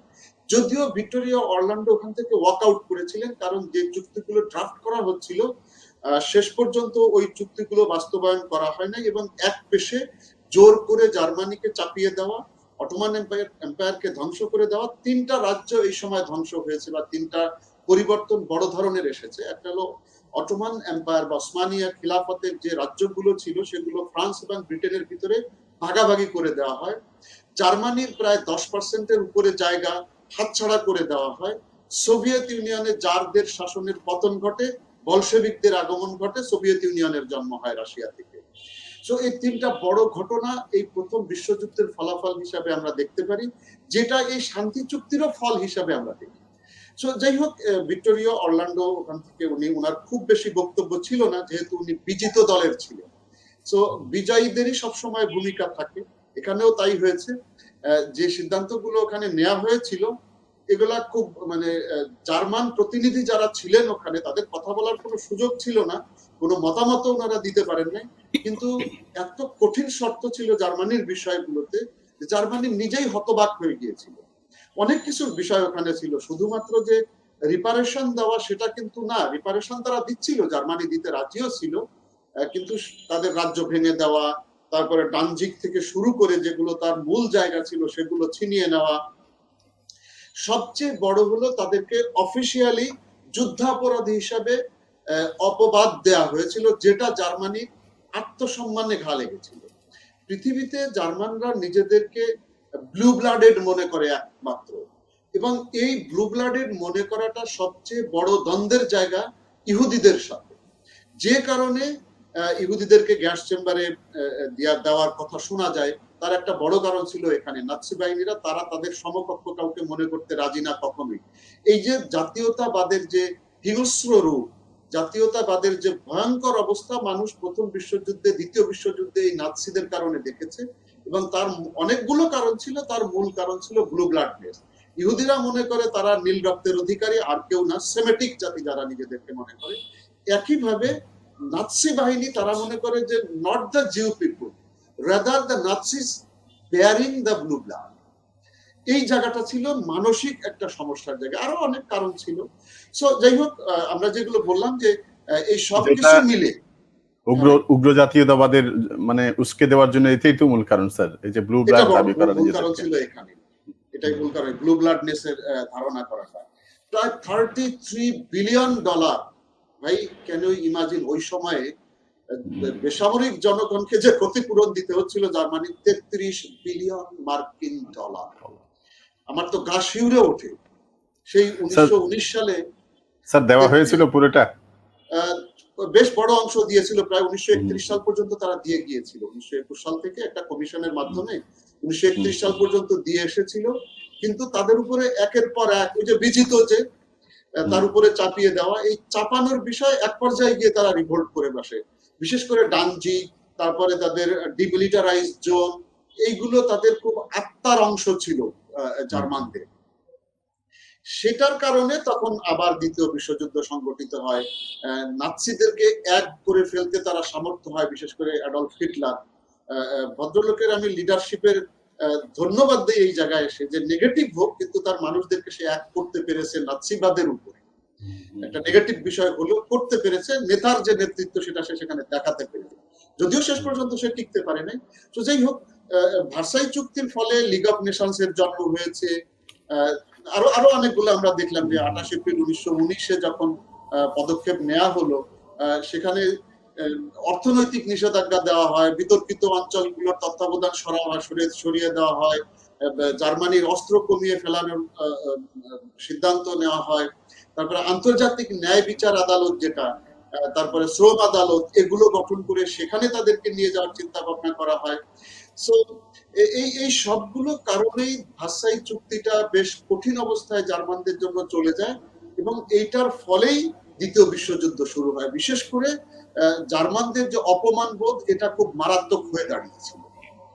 সো এবং দ্বিতীয় ভার্সাই চুক্তি যখন মজার ব্যাপার হলো যে অনুমোদন হয়েছে তারও কয়েক বছর পরে গিয়ে 1919 সালে এটার ভিতরে আবারও বারবার পরিবর্তন সংশোধন আনা হয়েছে, যার বেশিরভাগই জার্মান লোকজন খুব ভালোভাবে নেয় নাই। সো কিছু ক্ষেত্রে ছাড় দেওয়ার চেষ্টা করা হয়েছে, বাট তাদের যে আত্মমর্যাদা বোধ, ব্লু ব্লাডনেস, সেই জায়গাগুলোতে আঘাত করা হয়েছে। অ্যাডলফ হিটলারের উত্থানের আগে যে জায়গাগুলোতে ছাড় দেওয়া হয়েছিল সেই জায়গাগুলোকে আবার ফিরিয়ে নিয়ে আসার চেষ্টা করা। এই যে কঠিন শর্তাবলী, এইগুলো শেষ 1930 সাল পর্যন্ত যখন জার্মানি পয়সা দিয়েও গেছে, তারপরে দেখেছে যে না, আমাদের দিয়ে লাভ নাই, আলটিমেটলি আমাদেরকে তারা ছাড়বে না, এই ধরনের একটা মানসিকতা জার্মানদের ভিতরে জন্মে গেছে যে আমরা যতই দিচ্ছি ততই আমার ঘাড়ের উপরে চাপিয়ে বসছে, রেদার আমার অর্থনীতি ধ্বংস হয়ে যাচ্ছে। এবং এই সময়টাতে জার্মানিতে বসবাসরত ইহুদি যারা ছিল তারা বেশ মানে শান্তির সাথে শুধু চলাফেরাই করে নাই, জার্মানদের সাথে তারা কোনো ধরনের কোঅপারেশনও দেয় নাই, এবং তারা বড় বেশি ব্যবসায়িক মেন্টালিটিতে তখন চলে গেছে। জার্মানি থেকে ইনকাম করছে, জার্মানির খাচ্ছে পড়ছে, তাদের জায়গা দখল করে বসে আছে, এবং তাদেরকে কোনো ধরনের সহায়তা দেয়নি, বরং তাদের বিরোধিতা কোনো কোনো ক্ষেত্রে এই জিউরা করেছে। তো সবকিছু মিলে জিউদের উপরেও ক্ষিপ্ত হয়ে গেছে তারা। আরো কিছু গুজব এখানে ছড়ানো হয়েছিল ধর্মের উপরে ভিত্তি করে, সেগুলাও আছে। জিউদের স্বভাবগতভাবে ইহুদিরা সুদের ব্যবসা করতে পছন্দ করে, অর্থ সংক্রান্ত ব্যবসা নিয়ে তারা ব্যস্ত থাকতে পছন্দ করে, অন্যের মাংস কেটে নেওয়ার ইতিহাস আমরা জানি, যেটা নিয়ে বড় সুন্দর সাহিত্য আছে, মার্চেন্ট অফ ভেনিস। সো এগুলো সব ইহুদিবাদেরই প্রকৃত চেহারা, আসলেই প্রকৃত চেহারা এটা, যে তোমার রক্ত গেলে যাক, আমার মাংসটুকু যেন পাইয়া। সো এই সবকিছু বিষয় নিয়েই দ্বিতীয় বিশ্বযুদ্ধ শুরু হলো। সো কেন এটাকে শান্তির বললো? যে এটা দিয়ে তারা বোধহয় প্রথম বিশ্বযুদ্ধ শেষ করে লিগ অফ নেশন তৈরি করে, যদিও লিগ অফ নেশন তো টেকেও নাই। লিগ অফ নেশনের সবচেয়ে বড় দুর্বল জায়গা ছিল যে সম্মিলিতভাবে সবাই মানে কনসেনসাসের ভিত্তিতে সিদ্ধান্ত নিবে, এবং কখনো এক জায়গায় লিগ অফ নেশন দাঁড়াতে পারে না। এর সদস্য যারা মূল সদস্য তারা ক্রমান্বয়ে বেরিয়ে চলে এসে, জাপান জার্মানি সহ তারাও বেরিয়ে চলে এসেছে। সো যাই হোক, লিগ অফ নেশন গঠন করে ওনারা মনে করলেন শান্তি। সো আমি যেটা বললাম, আমার হয়তো এখানে পারসেপশনটা ভিন্ন অ্যাঙ্গেল থেকে দেখানোর চেষ্টা করেছি, বা আমার মানসিকতাটাও কাজ করেছে হয়তো সেখানে। সো আমি কখনোই এটাকে শান্তি চুক্তি বলতে রাজি না, যেহেতু আলটিমেটলি এই চুক্তিটাই দ্বিতীয় বিশ্বযুদ্ধকে বাধ্য করেছে জার্মানদের উপরে চাপিয়ে দিতে। জি প্লিজ। অনেক ধন্যবাদ স্যার। স্যারকে একটু রেস্ট দিয়ে অনেকক্ষণ টানা কথা বলতে হয়ে আছে। আসলে প্রশ্নটাই ছিল অনেক মানে বড়। আমি একটু আমাদের শ্রদ্ধেয় আনোয়ার মালিক মজুমদার স্যারের কাছ থেকে একটু শুনতে চাই। ক্ষুদ্র ঋণ, মাইক্রো ক্রেডিট, বাংলাদেশ সারা বিশ্ব দরবারে একটা ক্রেডিট নাই, মাইক্রো ক্রেডিটের উদ্যোক্তা রাষ্ট্র বলি আমরা। তারপর মানে এটা নিয়ে মানে বাংলাদেশের নেতৃত্বের আসলে বিশেষ করে ব্র্যাক, গ্রামীণ ব্যাংকের মতো বিশ্বের বৃহৎ এনজিও গুলোর ভূমিকার কারণে এটা মূলত বলা হয়। ক্ষুদ্র ঋণের স্রষ্টাকে আক্তার হামিদ খান নাকি ডক্টর মোহাম্মদ ইউনূস, এই ধরনের একটা বিতর্ক আছে, বিভিন্ন বইতে বিভিন্ন ধরনের উত্তর পাওয়া যায়। সেক্ষেত্রে আমাদের শিক্ষার্থীরা যারা পরীক্ষা দিবেন তারা কোন বিবেচনা থেকে কাকে চিন্তা করবেন? আনোয়ার মালিক মজুমদার স্যার। আপনি তো দুটো বললেন না, একটা বললেন আক্তার হামিদ খান স্যার এবং হচ্ছে ডক্টর ইউনূস স্যার। আমি সাথে আরেকজনকে যুক্ত করে দিব, আমি যুক্ত করব রবীন্দ্রনাথ ঠাকুর। শুরু করেছিলেন রবীন্দ্রনাথ ঠাকুর, ক্ষুদ্র ঋণ প্রথম শুরু করেছিলেন রবীন্দ্রনাথ ঠাকুর, এবং যদিও এটা খুব ক্ষুদ্র পরিসর, কারণ রবীন্দ্রনাথ ঠাকুরের যে শিলাইদহে যে কাজ করেছিলেন, শাহজাদপুরে যে ওনাদের যে কাজ ছিলেন খুলনা, সেখানে কিন্তু উনি প্রজা রঞ্জক শাসকই ছিলেন। তিনি কিন্তু এই কাজটা করেছিলেন, প্রজাদের আর্থিক বিষয়টা তিনি দেখেছিলেন, এবং একটা পর্যায়ে এসে তিনি কিন্তু এটা শুরু করেছিলেন। যাও, এটা তারপরে সফলতার মুখ দেখেনি। এরপর আক্তার হামিদ খান স্যার কুমিল্লাতে শুরু করেছেন। তো একসময় কুমিল্লাকে বলা হতো যে, এটা আমরা সবাই জানি যে কুমিল্লাকে বলা হতো Comilla is famous for bank and tank. Comilla বিখ্যাত হচ্ছে ব্যাংকের জন্য এবং পুকুরের জন্য। যদিও এখন কুমিল্লাতে পুকুর আর নাই, সমস্ত পুকুর ভরাট করে ফেলা হয়েছে, তারপরে কিন্তু ব্যাংক আছে। শুরু করেছিলেন আক্তার হামিদ খান স্যার, এবং আক্তার হামিদ খান স্যার এটা শুরু করেছিলেন স্যার এটা খুব ক্ষুদ্র পরিসরে ক্ষুদ্র ঋণ শুরু করেছিলেন, এবং কুমিল্লা শহর কেন্দ্রিক ছিল সেটা। এবং স্যার স্থানীয় দেখেছিলেন যে স্থানীয় কিছু রিক্সা চালক, আপনারা যদি কুমিল্লা শহরে আগে গিয়ে থাকেন, আজ থেকে 10 বছর আগে বা 7 বছর আগে, দেখবেন কুমিল্লা শহরে রিক্সাগুলো অনেক বড় বড় হয়, আরামদায়ক রিক্সা। কুমিল্লা শহরে অনেক বড় সাইজের, সাধারণ রিক্সার চেয়ে একটু বড় সাইজের রিক্সা হয়, আরামদায়ক রিক্সা। তো কুমিল্লা কিন্তু একসময় রিক্সা শহর ছিল, এবং আক্তার হামিদ খান স্যার তিনি এই রিক্সা চালকদেরকে সংগঠিত করেছিলেন, মহাজনদের হাতে রক্ষা করার জন্য স্যার শুরু করেছিলেন, তবে সেটা খুবই ক্ষুদ্র পরিসরে। এবং আক্তার হামিদ খান স্যারের পরে কিন্তু এটা কিন্তু যে একটা মানে আমরা জানি যে অর্থনীতির কোনো বিষয়টাকে ততক্ষণই প্রমাণ করা যায় না যতক্ষণ পর্যন্ত না এটা গণিত দিয়ে প্রমাণ করতে হয়। এই জন্য অনেক বিতর্ক আছে, অর্থনীতি, সমাজ বিজ্ঞান নাকি আসলে বিজ্ঞান বিষয়ের সাবজেক্ট, এটা নিয়েও কিন্তু আমাদের বিশ্ববিদ্যালয়গুলোর মধ্যে এক ধরনের পার্থক্য আছে এগুলো। তো যাই হোক, কিন্তু সত্যিকার অর্থে ক্ষুদ্র ঋণ কিন্তু যেটা আমরা বুঝি বর্তমানে, যে ক্ষুদ্র ঋণ যা বোঝায় সেটা শুরু করেছিলেন হচ্ছে ডক্টর ইউনূস স্যার, এবং চট্টগ্রাম বিশ্ববিদ্যালয়ের স্যার যখন ছিলেন তখন স্যার জোবরা গ্রামে, চট্টগ্রাম বিশ্ববিদ্যালয়ের পাশে একটি জায়গা আছে জোবরা গ্রাম, এবং সেখানে মডেল করেছিলেন স্যার, মডেল গ্রাম হিসেবে স্যার সেখানে শুরু করেছিলেন। এরপর স্যার এখান থেকে তো গ্রামীণ ব্যাংকের প্রতিষ্ঠা হলো, এবং সেই জায়গাটাকে আন্তর্জাতিক পর্যায়ে নিয়ে যাওয়ার জন্য, অর্থাৎ গাণিতিক ভাবে এই জায়গাটাকে প্রমাণ করে আন্তর্জাতিকতায় নিয়ে যাওয়া, ক্ষুদ্র ঋণের যে স্রষ্টা বাংলাদেশ, সেটাকে কিন্তু মানে বিশ্ব দরবারে পরিচিত করেছেন। এবং আমি যদি বলি যে আসলে ক্ষুদ্র ঋণের শুরু অনেকেই হয়েছিল, কিন্তু শিক্ষার্থীরা লিখবে কিন্তু সেটা হচ্ছে আসলে ডক্টর ইউনূস স্যারের কথা। এটাই প্রায়োগিকভাবে সত্য, বাকিগুলো মাত্র শুরু হয়েছিল, এগুলো কিন্তু আসলে চূড়ান্ত রূপ দেখেনি। মানে ডক্টর ইউনূস স্যারের হাতেই এটা কিন্তু চূড়ান্ত রূপ দেখেছে, স্যারের হাতে। রবীন্দ্রনাথ ঠাকুর যখন জমিদার ছিলেন তখন তিনি তার ক্ষুদ্র পরিসরে কৃষকদের কিছু ক্ষুদ্র ঋণ শুরু করেছিলেন, রবীন্দ্রনাথ ঠাকুর কবিগুরু সেটা শুরু করেছিলেন। আর এটা প্রাতিষ্ঠানিক রূপ দেওয়ার চেষ্টা করেছেন আক্তার হামিদ খান যখন কুমিল্লা মডেল নিয়ে কাজ করেছেন। জি স্যার, কিন্তু এটাকে একদম বিশ্ব দরবারে পরিচিত করেছে, গাণিতিক ভাবে প্রমাণ করেছে হচ্ছে ডক্টর ইউনূস স্যার, ক্ষুদ্র ঋণের স্রষ্টা ডক্টর ইউনূস স্যার। অনেক ধন্যবাদ। আনোয়ার স্যার, আরেকটা বিষয় আপনার কাছ থেকে জানতে চাই, সেটা হচ্ছে আমাদের এখানে একটা বিতর্ক আছে, ক্ষুদ্র নৃগোষ্ঠী না আদিবাসী। যদি সেরকম প্রশ্ন আসে বা সেক্ষেত্রে উত্তর দেওয়ার ক্ষেত্রে আমাদের পরীক্ষার্থীরা কিভাবে চিন্তা করবে? আমি একটা কথা মানে সবসময় বলি যে এটা এভাবে বলতে হবে যে বাঙালি একটা মিশ্র জাতি, হ্যাঁ, আমাদের জাতিসত্তার এটা একটা মিশ্র জাতিসত্তা আমরা। তো সেই কারণে আমরা বৃহৎ নৃগোষ্ঠী, বাঙালিরা বৃহৎ নৃগোষ্ঠী, আর অন্য যারা আছে আমাদের নৃগোষ্ঠীর বাইরে যারা আছে ওনাদেরকে আমরা শ্রদ্ধা করি, সম্মান করি, ওনাও এই রাষ্ট্রের মালিক ওনারাও। তো এটাকে আসলে সবচেয়ে ভালোভাবে বলা উচিত ক্ষুদ্র নৃগোষ্ঠী বলা উচিত। আমি মনে করি এটা ক্ষুদ্র নৃগোষ্ঠী, এবং সেভাবে বলাও হয়েছে, কিন্তু ক্ষুদ্র নৃগোষ্ঠীর কথা বলা হয়েছে। এবং আদিবাসী কিন্তু আসলে কথাটা ঠিক না, আদিবাসী কথাটার মধ্যে একটু ভুল আছে, কারণ কেউ যদি এখানকার আদিবাসী হয় বাকিরা কিন্তু তাহলে আগন্তুক হয়ে যাবে।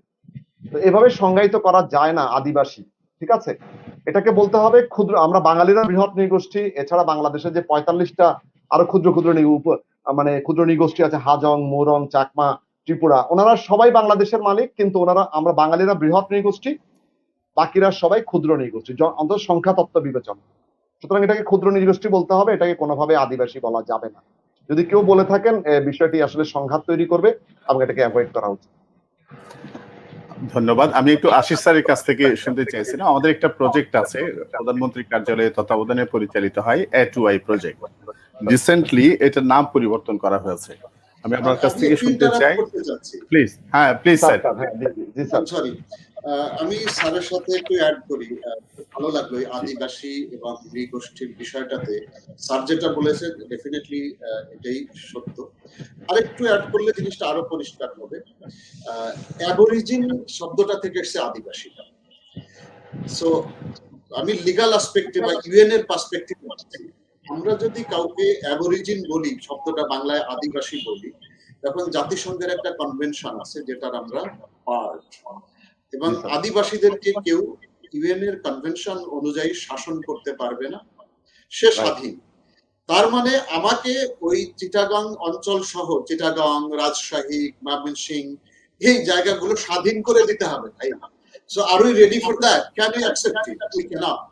So even এটা আমি বললাম লিগ্যাল পার্সপেক্টিভ, স্যার যেটা বলেছেন Anwar sir, definitely that is the point, যে যদি ওনারাই আদিবাসী হন, আমরা কি ভেসে এসলাম ভাই? Sorry, the language I am using that is not the appropriate word, but Adivasi আমরা, আমার 14 সবাই এই মাটির সন্তান, আমার 70% এই মাটিতে বসবাস, সবাই এই মাটির সন্তান, সবাই এই মাটির সন্তান, সবাই এই মাটির সন্তান। সুতরাং আদিবাস, আমরা সবাই ভূমিপুত্র, আমরা সবাই এই আদিবাসী মাটির ভূমিপুত্র, আমরা তারা আমার সবাই এই ভাই, মাটির ভূমিপুত্র, ভূমিপুত্র, আমরা ভূমিপুত্র। ভূমিপুত্র আমরা, তারা আমরা আমার ভাই, সবাই, আমি অস্বীকার করছি না। Chakma, They Murong, are a Hajong, part Tripura of সবাই, my culture.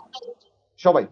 আমরা জাতীয়তা যখন পড়েছি তখন আমরা বলেছি যে জাতীয়তা মানে যেমন বাংলাদেশী জাতীয়তা বা বাঙালি জাতীয়তাবাদ, আমরা কিন্তু সেখানে তাদেরকে কোনো অংশে ছোট করে দেখার চেষ্টা করি না, কোনো অংশেই তাদেরকে আমাদের বিচ্ছিন্ন অংশ মনে করি না, আমার শরীরের অংশ হিসেবে আমরা দেখি। কিন্তু আইনগত ভাবে যেমন পাপুয়া নিউগিনিতে আছে, অ্যামাজনের ভিতরে আছে, দে আর অ্যাবরিজিনস। তাদেরকে আপনি কন্ট্রোল করতে পারবেন না, তাদেরকে আপনি কোনো বিধিবদ্ধ সিস্টেমের ভিতরে রাখতে পারবেন না। So that is the UN convention and we are a part to that. অনেক অনেক ধন্যবাদ স্যার। আমি একটু আশিস স্যারের কাছ থেকে শুনতে চাচ্ছিলাম, সেটা হচ্ছে A2I প্রজেক্ট যেটা আছে প্রধানমন্ত্রীর কার্যালয়ের অধীনে, সেটা সম্প্রতি নাম পরিবর্তন করা হয়েছে। দুইটা প্রশ্ন, একটা হচ্ছে নাম পরিবর্তন করার পরে এটা বর্তমানে কি নামে পরিচালিত হয়, দ্বিতীয় কারণ হচ্ছে নাম পরিবর্তনের কারণটা কি? আশিস স্যার। অসংখ্য ধন্যবাদ স্যার। A2I এটা একটু মাথায় রাখতে হবে যে আমাদের বাংলাদেশ ডিজিটাল বাংলাদেশে রূপান্তরিত হচ্ছে এবং হয়ে গেছে অটোমেটিকলি। তো আমাদের যারা সাধারণ মানুষ আছে তাদেরকে এই ডিজিটাল মানে জ্ঞান বৃদ্ধি করা, এর পরবর্তীতে সরকারি কর্মকর্তাদের সংবেদনশীল করা, এরপরে ই তথ্য সেবাগুলো আরো বেশি শক্তিশালী করা, এই কারণেই আমাদের প্রধানমন্ত্রী কার্যালয় থেকে A2I এই প্রকল্পটি চালু হয়। তো এটি সম্প্রতি নাম চেঞ্জ হয়েছে, যে আগে ছিল A2I এরকম নাম যে access to information, access to information আগে নামটি ছিল, কিন্তু 2020 সালে ফেব্রুয়ারিতে এই নামটি পরিবর্তন করা হয়, এর নাম দেওয়া হয় অ্যাসপিয়ার টু ইনোভেট, অ্যাসপিয়ার টু ইনোভেট। তো আমরা জানি যে প্রধানমন্ত্রী কার্যালয় একটা ইনোভেটিভ আর কি একটা আছে, তারা সব সময় নতুনত্ব সৃষ্টি করতে চায়। আপনি দেখবেন যে পরিকল্পনা মন্ত্রণালয় স্যার বিভিন্ন নতুন নতুন লেখাগুলো কিন্তু আমরা সেখান থেকে পেয়েছি, যে এখন বাজেটের প্রত্যেকটির একটা স্লোগান দেওয়া হচ্ছে, কি দেওয়া হচ্ছে যে সমৃদ্ধ আগামীর পথে বাংলাদেশ, এবারে বাজেটে আর কি এরকম করে মানে স্লোগান দেওয়া আছে। এর পরবর্তীতে যে কোনো মন্ত্রণালয়ে যাবেন, যে কোনো অধিদপ্তরে যাবেন, প্রত্যেকটা একটা স্লোগান করে দেওয়া হচ্ছে। তো আমাদের বাংলাদেশ একদম দুর্বার গতিতে এগিয়ে চলছে। তো আমাদের সাধারণ যারা নাগরিক, এই যে আমরা আজকের ভিডিওটা স্টার্ট করার আগেও যে ডিজিটাল ডিভাইস সম্পর্কে আমরা যতটুকু আস্তে আস্তে আমরা কিন্তু এক্সপার্ট হয়ে যাচ্ছি, এই আপনাদের আমাদের সবার সাধারণ মানুষের এই ডিজিটাল যে জ্ঞান বৃদ্ধি করা, এই A2I প্রজেক্টের এইটাই। তবে আরেকটা জিনিস এখানে মাথায় রাখি যে শুধু এই নাম পূর্ণরূপটি পরিবর্তন করা হয়নি, আগে একটা স্লোগান ছিল, সেখানে ছিল taking service to citizen door step, taking service to citizen door steps. তো এইটা এখন পরিবর্তিত স্লোগানটা হবে এরকম যে ইনোভেট ফর অল, মানে সবাইকে নিয়ে আর কি ইনোভেট করা, তো সবার জন্য। এইটাই স্যার, মানে A2I এর স্লোগান পরিবর্তন হয়েছে, যে অ্যাসপিয়ার টু ইনোভেট, মানে একটু বিস্তৃতিটা বেশি। আমি আশিস স্যারকে আরেকটু বিষয় প্রশ্ন করতে চাই। আমি যেটা আমাদের ভূগোল অংশটাও পড়ান, সেটা হচ্ছে দেশের প্রথম গভীর সমুদ্র বন্দর এখন তো মাতার বাড়ি হচ্ছে, আগে সোনাদিয়া হওয়ার কথা ছিল। মানে এই বিষয়টা একটু ক্লিয়ার করবেন, এটা কি ছেলে মেয়েরা পরীক্ষা আসলে কি সোনাদিয়া দিবে না মাতার বাড়ি দিবে? কোন বইতে এখনো কিন্তু ওই সোনাদিয়াটাই লেখা আছে। আশা করি এখানে আমাদের ফরহাদ স্যার একটু কানেক্ট করতে পারবেন। স্যার একটু কানেক্ট করতে হবে। আমি যতটুকু স্যার এটা জানি, আমিও সোনাদিয়া এই বিষয়টা খুব ভাবে করতাম। এবং এখানে একটা গল্প আছে স্যার, 2005 সালে মানে 10 কোটি টাকা ব্যয় এই যে 5টা উপযোগী একটা যে কোন জায়গায় গভীর সমুদ্র বন্দর করা যায়, আমাদের জাহাজগুলো পোর্টে ভিড়তে পারতেছে না।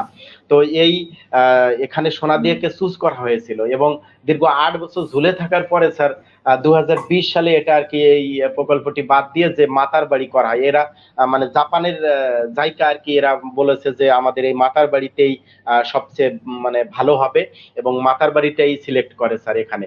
এবং সবচেয়ে মাতার বাড়ি সম্পর্কে আরেকটু সবাইকে জানিয়ে রাখি যে 2021 সালের জুনে আর কি এই প্রকল্পটি শুরু হবে, এই মানে ডিজাইন শুরু হবে। 2022 সালে এর টেন্ডার শুরু হবে। 2022 থেকে 26 সাল স্যার এটা আমাদের আর কি কাজ শুরু এবং শেষ হবে।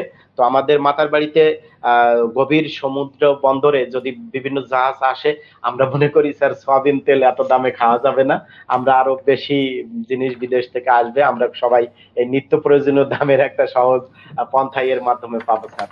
মানে আমাদের এইটুকুই তৈরি স্যার। করার দরকার নেই, আমদানি করে খাইতে হ্যাঁ। পারলে হবে নাকি? আমদানি করে আমাদের খাইতে একটু প্রভাত স্যার যদি একটু স্যার কানেক্ট করতেন, এটা অনেক বইতে সোনা দিয়ে, এখন তো মাতার বাড়িতে হচ্ছে আমরা দেখতেছি, সেটা এটা অনেক বড় একটা প্রকল্প। স্যার আগে সোনা দিয়ে পড়তাম, এটা হঠাৎ করে মাতার বাড়ি চলে আসলো কেন স্যার? আপনি কি একটু কাইন্ডলি যুক্ত করবেন? উভয় আমাকে তো বিপদে ফেললেন ভাইয়া। আচ্ছা আমি বলছি, এটা একটু ইনফরমেশনটা আছে ওবাইদ, জি এটা জি জি স্যার বলবে অবশ্যই, স্যারের বিষয়টা একটু শর্ট, মানে আমি আমাদের আশিস স্যারের সাথে একটু যুক্ত করে দেই। আমাদের মাতার বাড়িতে যে এখন গভীর সমুদ্র বন্দর হচ্ছে, এটি আমাদের আসলে সোনাদিয়াতে হওয়ার কথা ছিল। হ্যাঁ, হ্যাঁ, এখন হ্যাঁ। সোনাদিয়াতে যে গভীরতা আমরা পাচ্ছি, আমাদের আসলে ডিপ সি পোর্টটা আমাদের প্রয়োজন কেন? ডিপ সি পোর্টটা আমাদের প্রয়োজন হচ্ছে যে আমরা মাদার ভেসেল ভিড়াতে চাই, মানে পরিবহন ব্যয় কমাতে চাই। আমরা অনেকগুলো একসাথে নিয়ে এসে আমরা পরিবহন ব্যয় কমাতে চাই, কারণ ছোট ছোট অনেকগুলো জাহাজ যদি আসে পরিবহন ব্যয়টা বেড়ে যায়। এটা একটা বিষয়। তো আমরা চেয়েছিলাম যে আমাদের আসলে একটা ডিপ সিতে আমাদের বড় বড় আমাদের চট্টগ্রাম বন্দরের গভীরতা কমের কারণে আমাদের জাহাজগুলো ভিড়তে পারে না। তো এই কারণে আমরা প্রথমে সমীক্ষা করলো যে সোনাদিয়ার যে গভীরতা, দেখা যায় সেখানকার এই গভীরতার সাথে সাথে বন্দর করে আমরা কিন্তু অর্থনৈতিকভাবে একটু কম লাভবান হব। কিন্তু এর মধ্যে জাপান সরকার একটা সমীক্ষা আছে যে আমাদের যে এই মাতার বাড়িতে তার গভীরতা কিন্তু অনেক বেশি, মানে সোনাদিয়ার চেয়েও আমরা গভীরতাটা এখানে অনেক বেশি পেয়েছি এবং স্থলভূমির কাছাকাছি। হ্যাঁ, স্থলভূমির কাছাকাছি, অর্থাৎ প্রকল্প ব্যয়টা কমে যাচ্ছে, সুবিধাটা বেশি পাচ্ছি। আর এখানে আমাদের এই মাতার বাড়িতে আরো অনেকগুলো প্রজেক্ট অন্তর্ভুক্ত হয়েছে। তো এই কারণেই সরকার পরিবর্তন করেছে, কারণ আমরা সবচেয়ে চাইবো আমাদের এটা টেকসই হোক, লাভবান হোক আমরা। আর বাংলাদেশ 2041 সাল নাগাদ যে উন্নত রাষ্ট্র হবে, অর্থনৈতিকভাবে আমরা যে একটা ঘুরে দাঁড়াবো, তার কিন্তু আমাদের কিন্তু কর্মসংস্থানের সুযোগের প্রয়োজন করতে হবে, জনগণকে কাজ দিতে হবে। আর সেই কাজটা কিন্তু আসলে আমাদের এই গভীর সমুদ্র বন্দর কেন্দ্রিক অনেকগুলো অর্থনৈতিক জোন হবে, সেই কারণে হচ্ছে। স্যার যদি এখন স্যার আমি এতটুকু, জি বলো আনোয়ার স্যারকে ধন্যবাদ। স্যার একটু আপনাদের সকলের জন্য বলি, আমাদের ফারহানা বেগম নামের আমাদের একজন শিক্ষার্থী আছেন, মার্চ ফরওয়ার্ডের সেবা গ্রহীতা, আপনাদের সবাইকে শুভেচ্ছা জানিয়েছেন। সামনে বিসিএস ভাইবা নেবেন, ফেস করবেন, তার জন্য একটু দোয়া করবেন সবাই। প্লাবন চাকমা একটা প্রশ্ন করেছেন, এটা আমাদের ফারহান স্যারকেই উদ্দেশ্য করে করা। সেটা হচ্ছে স্যার, ব্লাসফেমি আইন কোন কোন বইতে যুক্তরাষ্ট্রে লেখা আছে আর কোন কোন বইতে আছে যুক্তরাজ্যে, কোনটা সঠিক হবে? এরপরে বলেছে স্যার বাফার স্টেট সম্পর্কে একটু বলা সম্ভব হলে বলার জন্য। আর একটা হচ্ছে জিরো সাম গেমটা কি? স্যার যদি একটু সংক্ষেপে বলতেন আমাদের ফারহাদ স্যার। ধন্যবাদ। অনেকগুলো বিষয় আমার উপরে এসে জমা হলো, চেষ্টা করি দেখি। আসলে তো সময়ের কারণে দৌড়াচ্ছিলাম, আমি 7:30টার পরে থাকাটা আমার জন্য ডিফিকাল্ট, দ্যাটস ওয়াই 6:30টায় আমরা শুরু করেছিলাম। এনিওয়ে, শুরু করলে তো তখন এটা শেষ করে যাওয়াটা ভদ্রতা হয়। একটা একটা করে আমাকে মনে করে দিন, আমি সবগুলা বলার চেষ্টা করবো ইনশাআল্লাহ। এক নম্বরে আমি আনোয়ার স্যার এবং আশিস স্যারের সাথে অ্যাড করি, ওনারা যেগুলা বলেছেন টেকনিক্যাল সাইড গুলো মাতার বাড়ির, আমি কিভাবে বলবো যে সবকিছু ভিতরেই একটা পলিটিক্যাল কম্পোনেন্ট থাকে। সেটা অনেক ক্ষেত্রে লজিকেরও উপরে কখনো কখনো চলে যেতে পারে।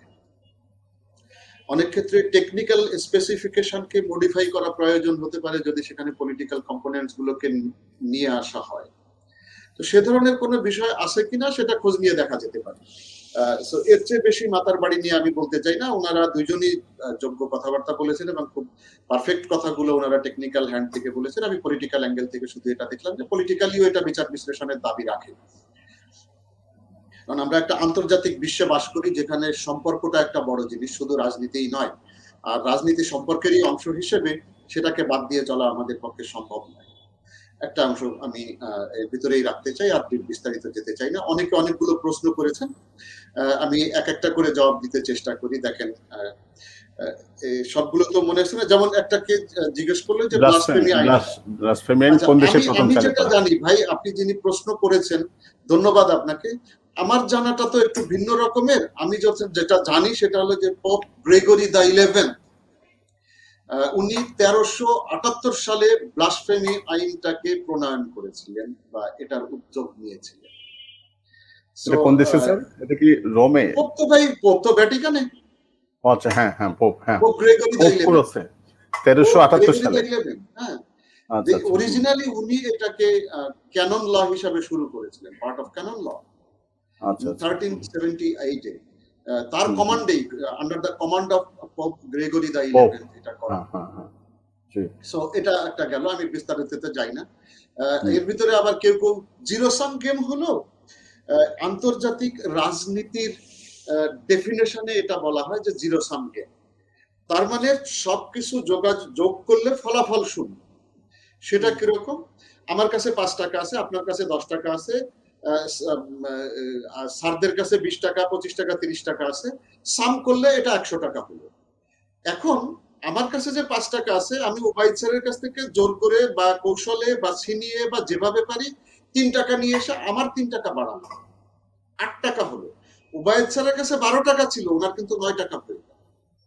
তারপরে আনোয়ার স্যারের কাছে যা ছিল ওখান থেকেও আমি কিছু নিয়ে আসলাম, ওনার কমলো, আমার বাড়লো।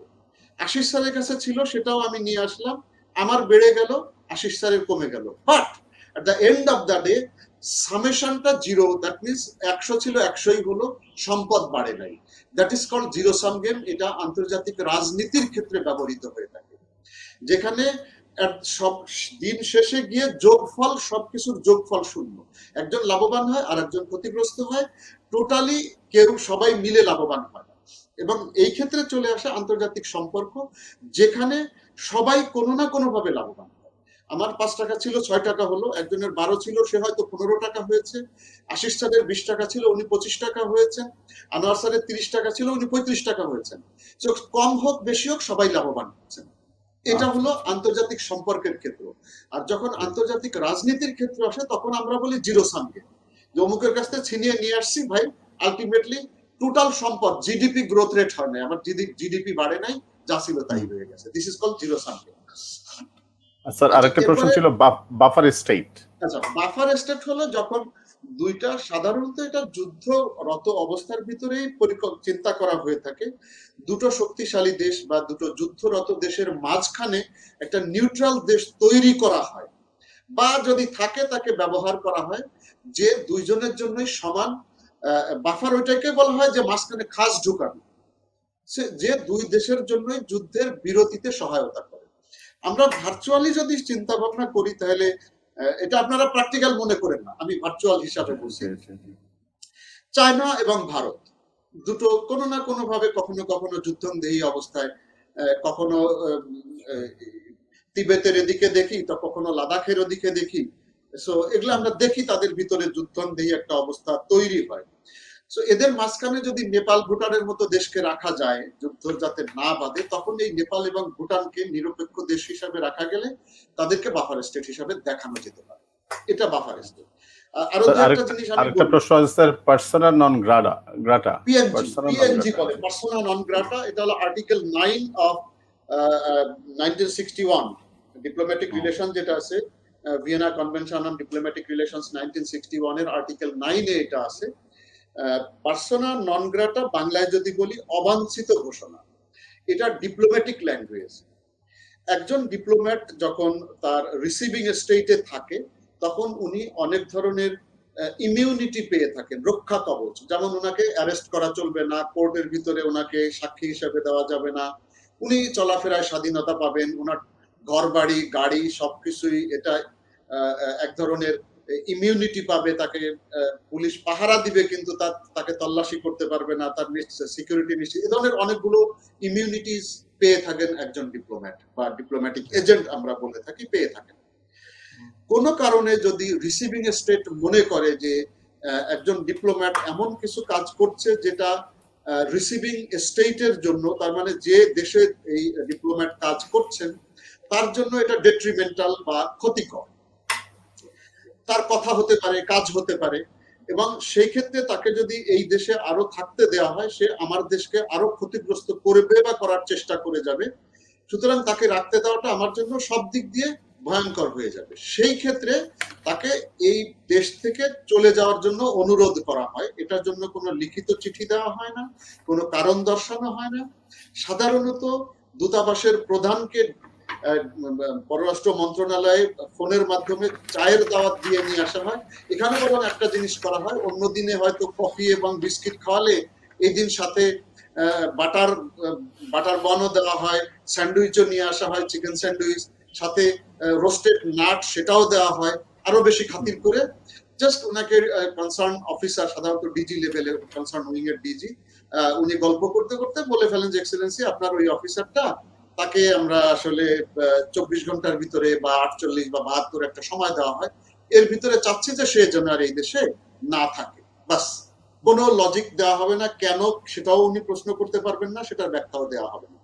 এবং এই নির্দিষ্ট সময় যেটা দিয়ে দেওয়া হয় মৌখিকভাবে, এর ভিতরে ওই কনসার্ন ডিপ্লোম্যাটকে এই দেশ ত্যাগ করতে হবে। যদি ত্যাগ করে কোথায় যাবেন সেটা ওনার ব্যাপার, এই ভূমি ত্যাগ করতে হবে ওনাকে। আচ্ছা আচ্ছা। যদি উনি ত্যাগ না করেন তাহলে উনার যে ইমিউনিটি দেওয়া আছে, প্রিভিলেজ তো এটা অন্য জিনিস, রেসপেক্টের জায়গা, ইমিউনিটিস গুলাকে উইথড্র করা হবে, তখন উনি সাধারণ মানুষে পর্যবসিত হবেন। তখন তার বিরুদ্ধে কোর্টের আইন বা ল অফ দ্য ল্যান্ড, এটা তার বিরুদ্ধে প্রয়োগ করা যাবে, অ্যারেস্ট করা যাবে, কোর্টে নেওয়া যাবে, সবকিছু করা যাবে। বাট এই দুর্ভাগ্য কারো জীবনে আসে না, এরকম কেউ ঘটে না। সময়ের ভিতরে সবাই কোনো না কোনো ভাবে বের হয়েই যায়, কিছু না হলে সে তার পাশের দেশে হলেও চলে যায়, তারপরে সেখান থেকে সে প্রসেস করে। So this is PNG. আরো দু একটা বিষয় ছিল, আমি কি একটু জবাব দিয়ে দিব? স্যার আমি আপনার প্রশ্নগুলো স্যার একটু খুঁজে নিচ্ছি স্যার কমেন্টের ইয়া থেকে। আমি বলি, আমি দু একটা দেখলাম, যেমন গ্লাসনস্ট প্রেসট্রেকা নিয়ে কেউ কেউ প্রশ্ন করেছে, আমি একটা একটা করে বলতে থাকি, হ্যাঁ প্লিজ স্যার, হ্যাঁ আপনি জবাব দিতে থাকেন। গ্লাসনস্ট প্রেসট্রেকা এটা রাশিয়া ধ্বংস বা সোভিয়েত ইউনিয়ন ধ্বংসের কারণ হিসাবে বলা হয়ে থাকে। ইনফ্যাক্ট এটা সোভিয়েত কমিউনিস্ট পার্টির যে কেন্দ্রীয় কমিটি ছিল তাদের সভায় এটা 26 ফেব্রুয়ারি 1986 সালে প্রথম মিখাইল গর্বাচেভ, উনি তখন প্রেসিডেন্ট ছিলেন, উনি নতুন নীতি হিসেবে এই গ্লাসনস্ট এন্ড পেরেস্ট্রয়কা এটার প্রস্তাব করেন। এবং এই প্রস্তাবের যে মূল কথা ছিল, গ্লাসনস্টের অর্থ হলো মুক্ত চিন্তা বা স্বচ্ছতা, আর পেরেস্ট্রয়কা শব্দের অর্থ হলো রিকনস্ট্রাকশন। একটা হলো ওপেননেস বা ট্রান্সপারেন্সি, আর একটা হলো রিকনস্ট্রাকশন। এই দুইটা জিনিসের এবং খুব যুগান্তকারী সিদ্ধান্ত এটা ছিল, যেটার কারণে বলা হয় এমনিতেই সোভিয়েত ইউনিয়নের ভিতরে খোকলা হয়ে গিয়েছিল অর্থনৈতিকভাবে, মানুষের কথা বলার স্বাধীনতা ছিল না, অর্থনৈতিক স্বাধীনতা ছিল না, রাষ্ট্রই সবকিছুর মালিক, সেখানে জনগণের কোনো ভূমিকাই কোথাও ছিল না। সেখান থেকে বের হয়ে আসার চিন্তা ভাবনা এই ভদ্রলোক করেছিলেন, যদিও এর পিছনে আমরা অনেকগুলো ডক্টরিন আমরা দেখতে পাই, সেই আমেরিকার যে বিভিন্ন ডক্টরিন এর পিছনে কাজ করেছে। যাই হোক, গ্লাসনস্ট বা মুক্ত চিন্তার মূল যে বিষয়গুলো ছিল, সেখানে বলা হয়েছিল যে পলিটিক্যাল, সোশ্যাল বা ইকোনমিক সব ক্ষেত্রেই স্বাধীন এবং মুক্ত আলোচনার সুযোগ দেওয়া হবে। তার মানে ব্যক্তি স্বাধীনতার উপরে এতদিন সোভিয়েত ইউনিয়নে যে বাধা দেয়া ছিল, আমি কথা বলতে পারবো না, আমি কোনো কিছু চাইতে পারবো না, যা দিবে ওর উপরেই আমাকে সন্তুষ্ট থাকতে হবে, এই জিনিস থেকে বের হয়ে মানুষের বাক স্বাধীনতার সুযোগ দেওয়া হয়েছিল। দীর্ঘদিন আটকে থাকা বোমা এখানে ফাটিয়ে দেওয়া হয়, এটা একটা জায়গা। দ্বিতীয় আরেকটা জায়গা ছিল এই গ্লাসনস্টে, যে এতদিন পর্যন্ত শুধুমাত্র এক দলের শাসন ছিল, বলশেভিকদের বা কমিউনিস্ট দলের আমরা বলি, সেই একনায়কত্বের অবসান এখানে নিয়ে আসা হয়, যেখানে নাগরিকদের ভোটাধিকার দেওয়া হয় এবং সমস্ত রাষ্ট্রীয় পদে যে কেউ নির্বাচিত হওয়ার অধিকার রাখবে, এটা অন্তর্ভুক্ত করা হয়, যেটা এর আগ পর্যন্ত সেই 1917 সাল থেকে 1986-87 সাল পর্যন্ত এই 70 বছরে ছিলই না। 3 নাম্বার ছিল যে একমাত্র বলশেভিক বা কমিউনিস্ট দল ছাড়া আর কারো দল গঠনের অধিকার ছিল না। এইখানে এসে সোভিয়েতে এই দল গঠনের অধিকারটা দেয়া হয় এই গ্লাসনস্টের ভিতরে। 4 নম্বরে ছিল যে কমিউনিস্ট পার্টিকে গণতান্ত্রিকীকরণ করা হয়, কাঠামোর ভিতরে নিয়ে আসার চেষ্টা করা হয়। তার মানে দলের ভিতরে আগে বিতর্কের কোনো সুযোগ ছিল না, বাস চেয়ারম্যান বলে দিছে, শেষ হয়ে গেছে। এটা অনেক দেশেই পাবেন, আমাদের কোনো কোনো দেশে পেতে পারেন যে পার্টির প্রেসিডেন্ট বলে দিয়েছে, তো সেটাই, অমুক এমপি ইলেকশন করবে, তো সেই শেষ।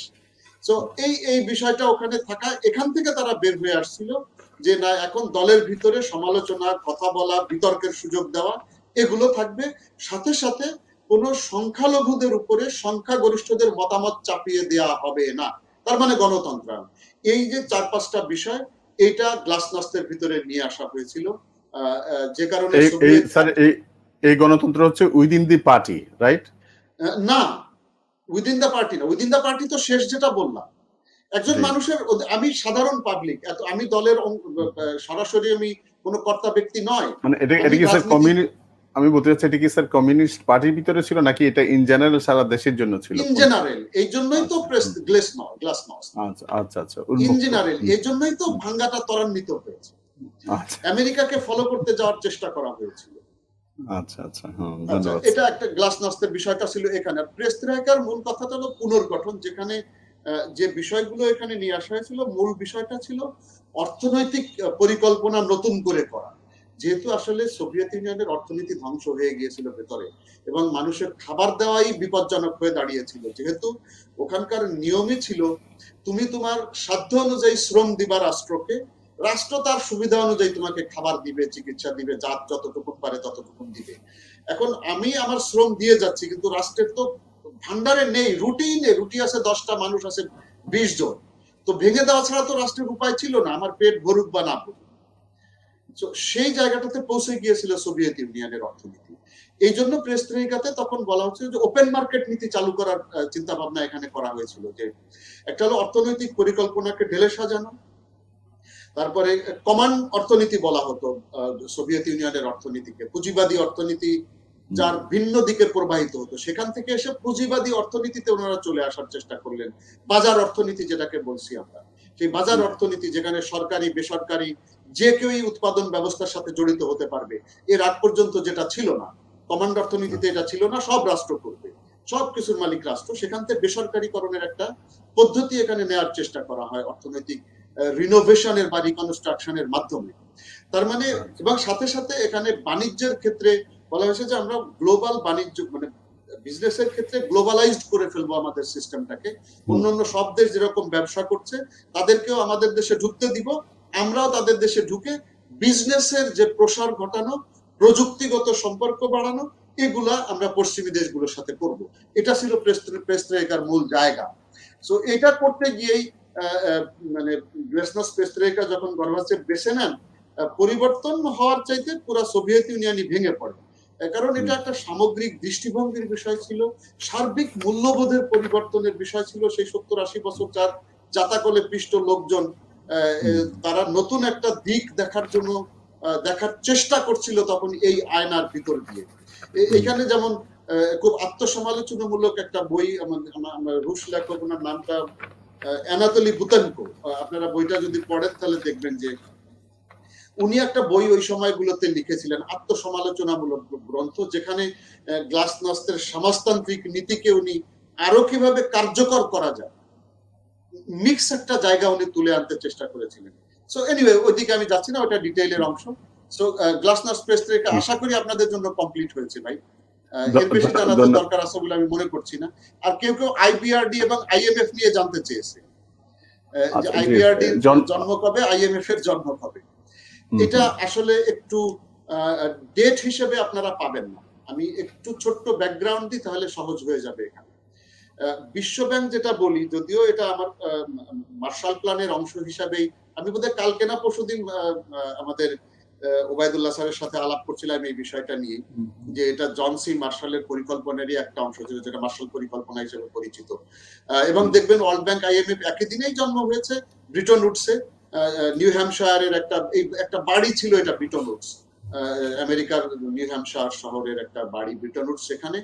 এখানে জুলাই মাসে 1944 সালে প্রায় 3 সপ্তাহ, জুলাই মাসের 1 তারিখ থেকে নিয়ে 22 তারিখ পর্যন্ত দীর্ঘ মিটিং হয়েছিল এখানে, দীর্ঘ 44টা দেশের প্রায় 730 জন প্রতিনিধি এখানে অংশগ্রহণ করেছিলেন। বিশাল আলোচনা সমালোচনা অনেক কিছু হয়েছে। এবং যেহেতু এটা 1 তারিখ থেকে 22 জুলাই পর্যন্ত হয়েছে, সো স্পেসিফিক কোনো দিনটাকে বলাটা ডিফিকাল্ট, এবং স্পেসিফিক নেইও যে ওই দিনে এই চুক্তিটা সই হয়েছে। সুতরাং এটা জুলাই মাসে হয়েছে, এতটুকু আমরা ক্লিয়ার। আপনারা যারা পরীক্ষা দিবেন, আপনাদেরকে আমি অনুরোধ করব, বাজারের বই ডেফিনেটলি আপনারা পড়বেন, এটা আমি কখনোই নিষেধ করি না।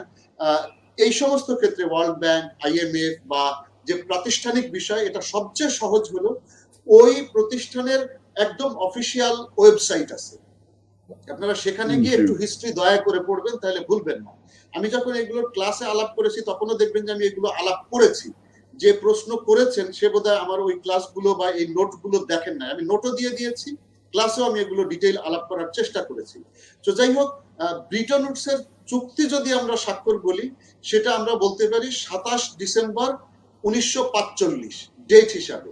আলোচনা হয়েছে 44-এর জুলাইতে, ব্রিটন উডস চুক্তিটা সই হয়েছে 27 ডিসেম্বর 1945-এ, এবং এটা প্রথমে এটা চুক্তিতে সই করেছিল 29টা দেশ।